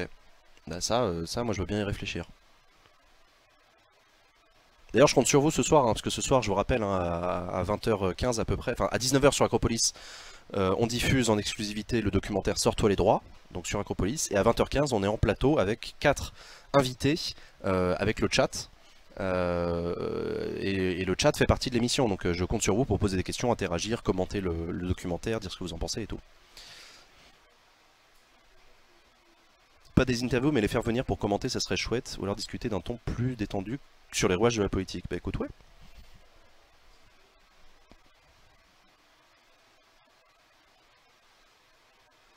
Axel Lemaire est une personnalité politique qui inévitablement se servirait la soupe. Bah ce qui est intéressant avec Axel Lemaire, c'est qu'elle est plus députée, ni ministre. Donc politiquement, elle a pas grand chose à gagner. Hein. Mais je suis d'accord avec toi, moi je veux éviter d'avoir sur Acropolis des députés ou des politiques, mais en général, qui viennent servir encore une fois leur soupe, leurs éléments de langage, leurs positions, leurs indignités à la con, leurs indignations pardon à la con. Voilà, ça m'intéresse pas. J'ai pas envie, enfin c'est pas que non pas que j'aime pas ça ou quoi que ce soit, mais c'est que ça existe déjà à la télévision.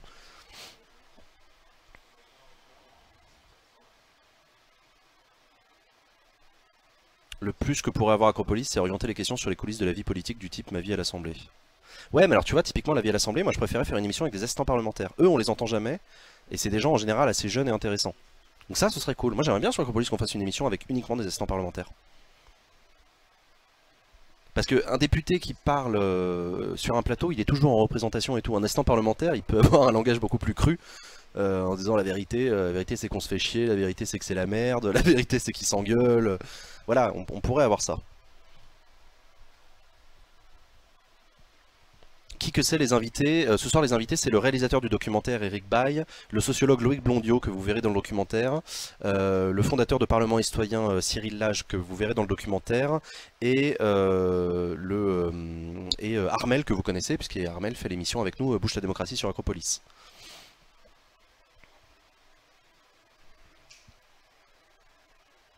Le pupitre du porte-parole n'est toujours pas installé. Putain. Non mais on va rester comme ça jusqu'à 19h et si à 19h on n'a toujours pas le remaniement, enfin je sais pas, on va devoir prendre une décision, est-ce qu'on... Fait chier.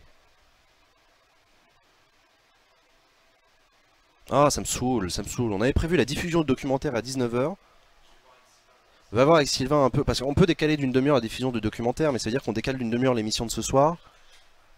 Et moi ça me ferait chier parce que ça veut dire que je serais obligé d'annuler mon interview avec les Insoumis, qui est à 22h. Chier. Vous voulez pas faire des remaniements dans l'heure on peut pas se dire un peu là qu'on part dans un quinquennat où on respecte les horaires qu'on se donne. Moi je dis ça, hein, c'est comme vous voulez. Hein. Hein, si je le faisais d'en bas? Non, parce que les dispositions sont pas les mêmes. En bas c'est vraiment un plateau pour avoir des invités quoi. Et on n'aurait pas de fond vert. Non, ça serait vraiment compliqué. Hein.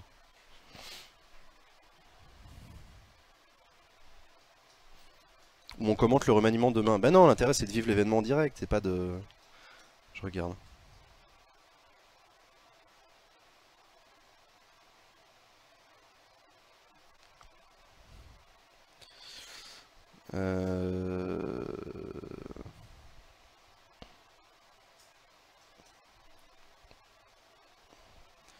Excusez-moi, je regarde juste rapidement mes textos parce qu'on est en plus en train de configurer l'émission de ce soir.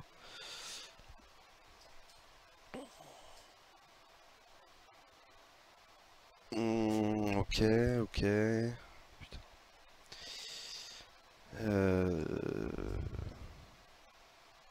Bon, et un jour il faudra que je réponde à mes mails.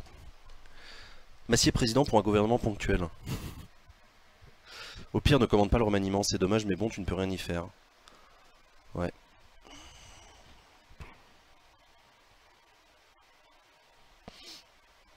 Le meublage est vraiment long et pénible pour Jean. Ah non, moi le meublage c'est jamais pénible. Hein. Moi j'aime beaucoup passer du temps avec vous, qu'on discute, etc. Je préfère quand on parle de politique, mais c'est aussi l'occasion de discuter de plein de trucs en fait. Donc c'est con. Et en plus vous êtes de plus en plus nombreux, donc j'ai l'impression que ça vous déplaît pas, ce remaniement. Après je sais pas si vous êtes nombreux parce que vous attendez comme moi le remaniement, ou si vous êtes nombreux parce que mon meublage est de qualité. Qu'est-ce qui m'envoie des textos encore?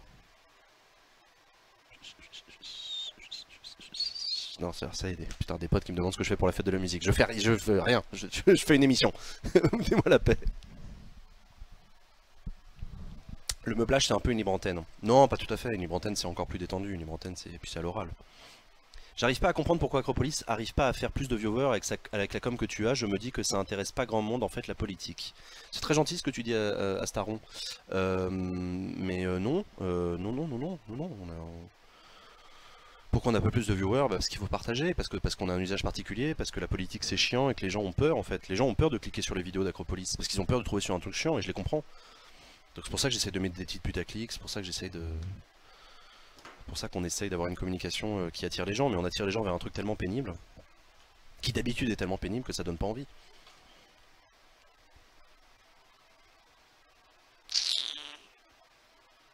Le Twitter de l'Elysée c'est un désert numérique. Ah merde. C'est super intéressant de te regarder boire et lire tes SMS. Sinon, diffuse le documentaire et fais un flash spécial s'il y a remaniement. Mais non, parce que ce sera une autre séquence, on sera en deuxième partie de soirée, on sera... Non, non.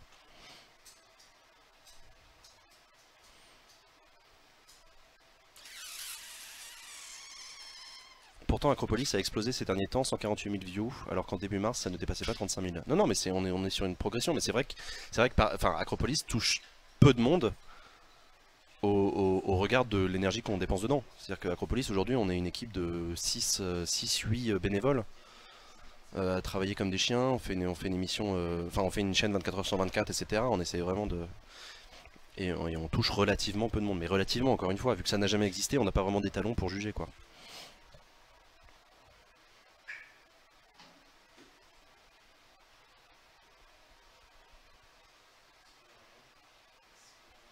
Au contraire, c'est absolument pas chiant. J'ai appris plein de trucs en quelques mois. Non, non, non, mais je sais que c'est pas chiant. On y travaille. Mais c'est que quand tu connais pas Acropolis, quand tu connais pas le concept d'Acropolis, t'as pas envie de cliquer sur cette vidéo dont déjà les mecs savent pas qui je suis, disent c'est qui ce mec. En plus, il parle de politique. Bah non, non. En fait, j'ai pas envie. Ça va être chiant. Sinon, on fait une annonce avec les membres du gouvernement par le chat. Pendant le documentaire, bah pourquoi pas. Hein. Sylvain dit que la diffusion ne dépend pas que de nous, donc à 18h57 on arrête le stream. Ok. Ok, bah écoutez, s'il n'y a pas de remaniement dans le quart d'heure qui vient, on arrête le stream à 18h57. Enfin on arrête le stream, on fait une pause et on diffuse le documentaire, hein. Vous avez bien compris, hein. Vous restez sur Acropolis toute la soirée, hein, de toute façon.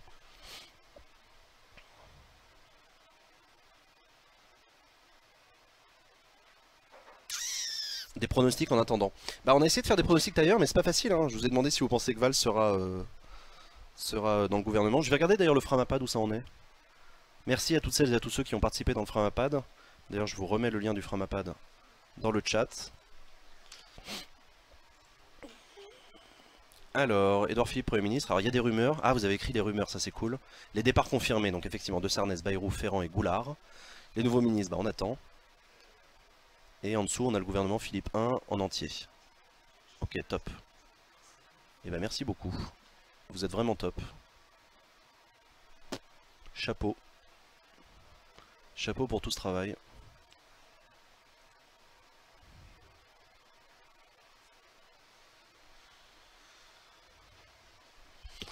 Acropolis, un public pas forcément très nombreux mais très fidèle. Il suffit de voir le nombre d'habitués, type mensuel, etc. Non, je suis d'accord, je suis très content. Hein.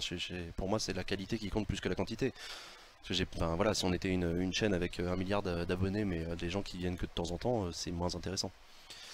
On pourra le retrouver où, ce documentaire? Sur YouTube. La diffusion commence à 19 h, si c'est le cas, il faut que je rentre chez moi. Oui, la diffusion commence à 19 h.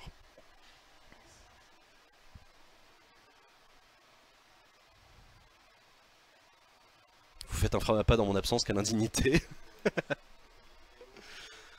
En parlant du bac, c'est fou comme Acropolis aide pour l'épreuve de sciences politiques. Il y a une épreuve de sciences politiques au bac? En quelle filière? Non, il y a des épreuves d'histoire, de géo... Après, c'est vrai que l'histoire en terminale, c'est surtout la 5ème République. Enfin, non, c'est surtout la deuxième moitié du XXe siècle.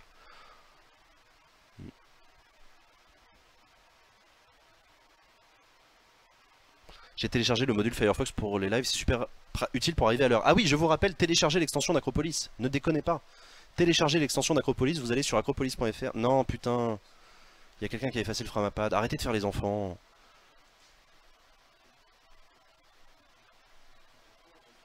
Bon, je fais confiance à ceux qui savent comment ça marche pour remettre le Framapad. Hein.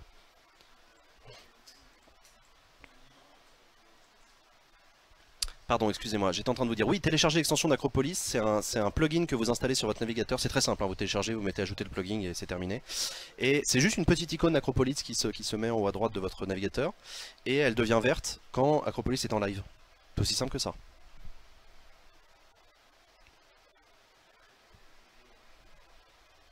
Elle marche plus les tensions, du coup j'aurai tous les lives. De quoi tu parles, Zaert? Ah, il y a une spécialité Sciences Po en filière ES. Ah, je savais pas. D'accord, merci.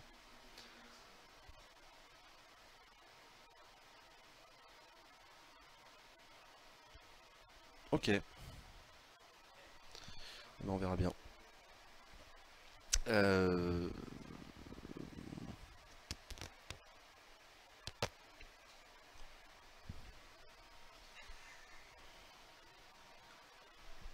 D'après BFM TV, le remaniement est en cours de finalisation. Ça t'aide? Ça ne m'aide pas du tout. Mais merci beaucoup la régie de me dire que d'après BFM TV, le remaniement est en cours de finalisation. C'est une information BFM TV. Nous la prenons à l'instant. Le gouvernement, je cite, serait en cours de finalisation. Putain, ils s'emmerdent autant que nous sur BFM. Hein. Bah venez sur Acropolis du coup les gars. Hein. Quitte à se faire chier, autant se faire chier ensemble. Oh là là. Des infos sur le début de la déclaration, bah écoute, on nous a dit 18 h 30, on attend. Sauf que sur BFM TV ils sont payés. Oui c'est vrai, t'as raison, nous on est au chômage.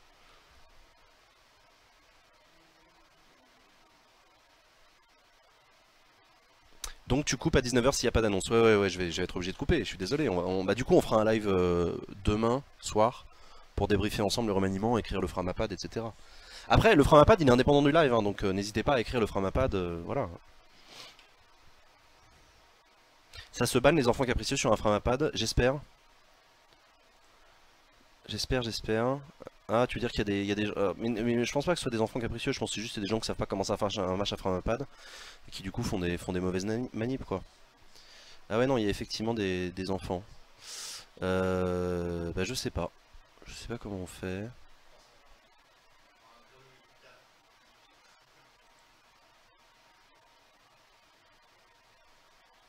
Ah ouais, il y a effectivement des enfants sur le Framapad. Bah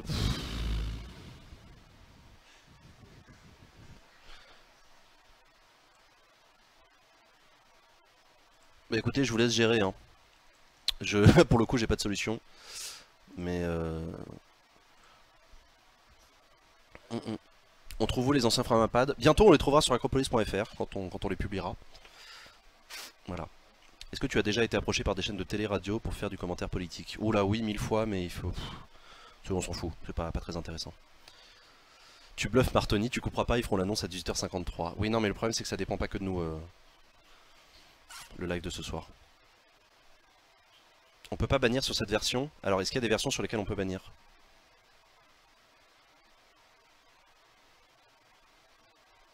Il faudrait installer Etherpad sur Acropolis avec un module pour bannir.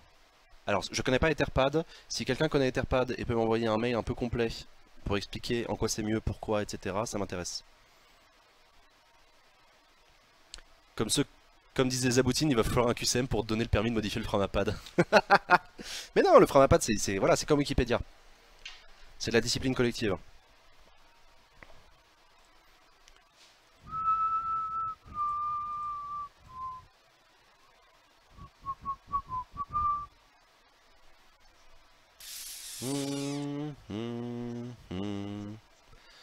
Bien, bien, bien. Non, mais ce qui est bien avec les enfants, c'est qu'au bout d'un moment, ils commencent à s'ennuyer, ils partent. Etherpad, c'est le logiciel utilisé par Framapad. Ça m'avance, ça m'avance, ça m'avance. Vu qu'il n'y a pas d'inscription, je comprends pas comment on peut ban. Ouais, je suis d'accord avec toi, Fanny. Alors, no fake sur des sites, au lieu d'un captcha, t'as un micro-questionnaire pour l'article, pour pas que tu commandes sans avoir lu le sujet. Oui, ça j'ai vu ça. J'ai vu qu'il y avait des modules comme ça, très intéressants. Mais c'est comme il y a un truc qui m'intéresse beaucoup, mais qu'il faudrait développer un jour, mais qui n'existe pas sur Twitch ni sur rien, c'est ce qu'on appelle le shadow banning.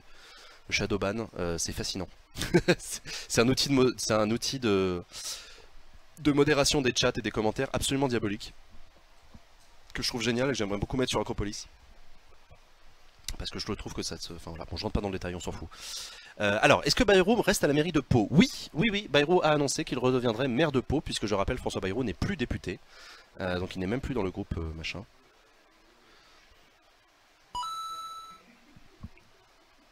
Volvic Asselineau donne un don de 15 €. Réveille ton Acropolis. Merci beaucoup pour ton don très généreux. Merci beaucoup. Non, le shadow banning c'est horrible. Bah non, c'est bien.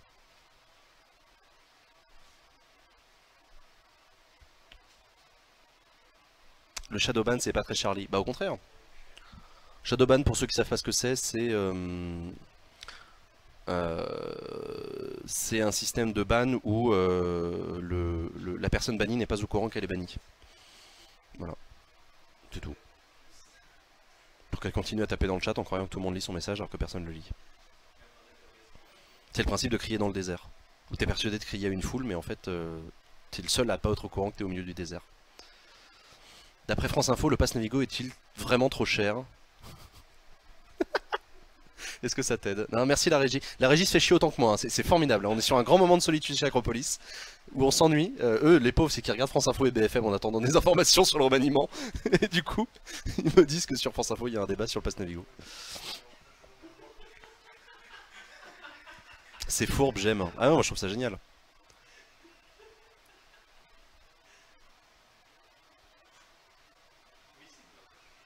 C'est terrifiant. Ah non, moi je trouve ça hyper intelligent parce que il y a un côté comment dire. En fait, t'empêches pas le troll de troller. C'est juste que tu rends totalement inefficace son troll puisqu'il n'est pas au courant qu'en fait personne ne lit... Parce que, enfin voilà, vous savez ce que c'est que le trolling sur internet, c'est des gens qui ont besoin d'intention.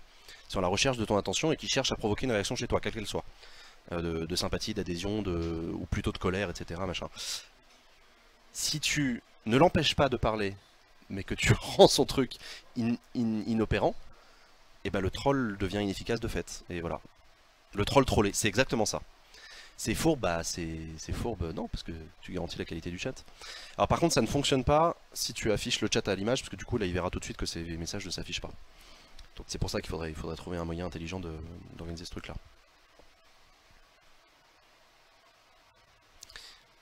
Ça ne fonctionnerait pas parce que le chat est affiché, exactement. Mais ça fonctionnerait, si le chat n'était pas affiché ça pourrait fonctionner. Mais le truc c'est que c'est techniquement compliqué à développer parce qu'il faut différencier les chats de chacun et donc du coup le troll il poste des messages dans le chat, il le voit bien dans le chat, donc il est persuadé que tout le monde le voit mais en fait c'est le seul qui le voit. Et du coup c'est rigolo. Il peut gueuler et tout mais il crie dans le désert. C'est qui les trolls à l'Assemblée maintenant? Oh bah je sais pas, on va en avoir beaucoup. Il y aura Marine Le Pen, il y aura Jean-Luc Mélenchon. Sylvain veut qu'on arrête pour que ce soit pas la course à l'installation. Il est moins le quart, effectivement Sylvain a pas tort, on va s'arrêter maintenant, voilà, il n'y a pas eu de remaniement. Je suis désolé les amis, on pourra pas vivre le remaniement en direct, on le vivra en différé demain, on se fera ça, on Donc voilà, je vous invite en tout cas à rester sur Acropolis. Je vous rappelle ce soir une soirée spéciale. On diffuse un documentaire sur la démocratie qui s'appelle Sors-toi les droits. Un documentaire dans lequel il y a Acropolis. C'est aussi un peu pour ça qu'on le diffuse. Et on se retrouve en plateau à partir de 20h et des brouettes pour interviewer le réalisateur du documentaire, plusieurs personnes qui vont être là autour de la table pour parler de démocratie. Voilà, donc vous restez sur Acropolis, ne quittez pas, restez dans le chat, restez sur le Framapad pour continuer à suivre le gouvernement et on passe une soirée exceptionnelle ce soir sur Acropolis. Je suis très content que pour la première fois sur Acropolis on diffuse un documentaire. Passez une bonne fin de soirée, on se retrouve à 19h en direct sur Acropolis. Je vous retrouve à 19h sur Acropolis pour lancer le documentaire. À tout à l'heure, bisous, ciao.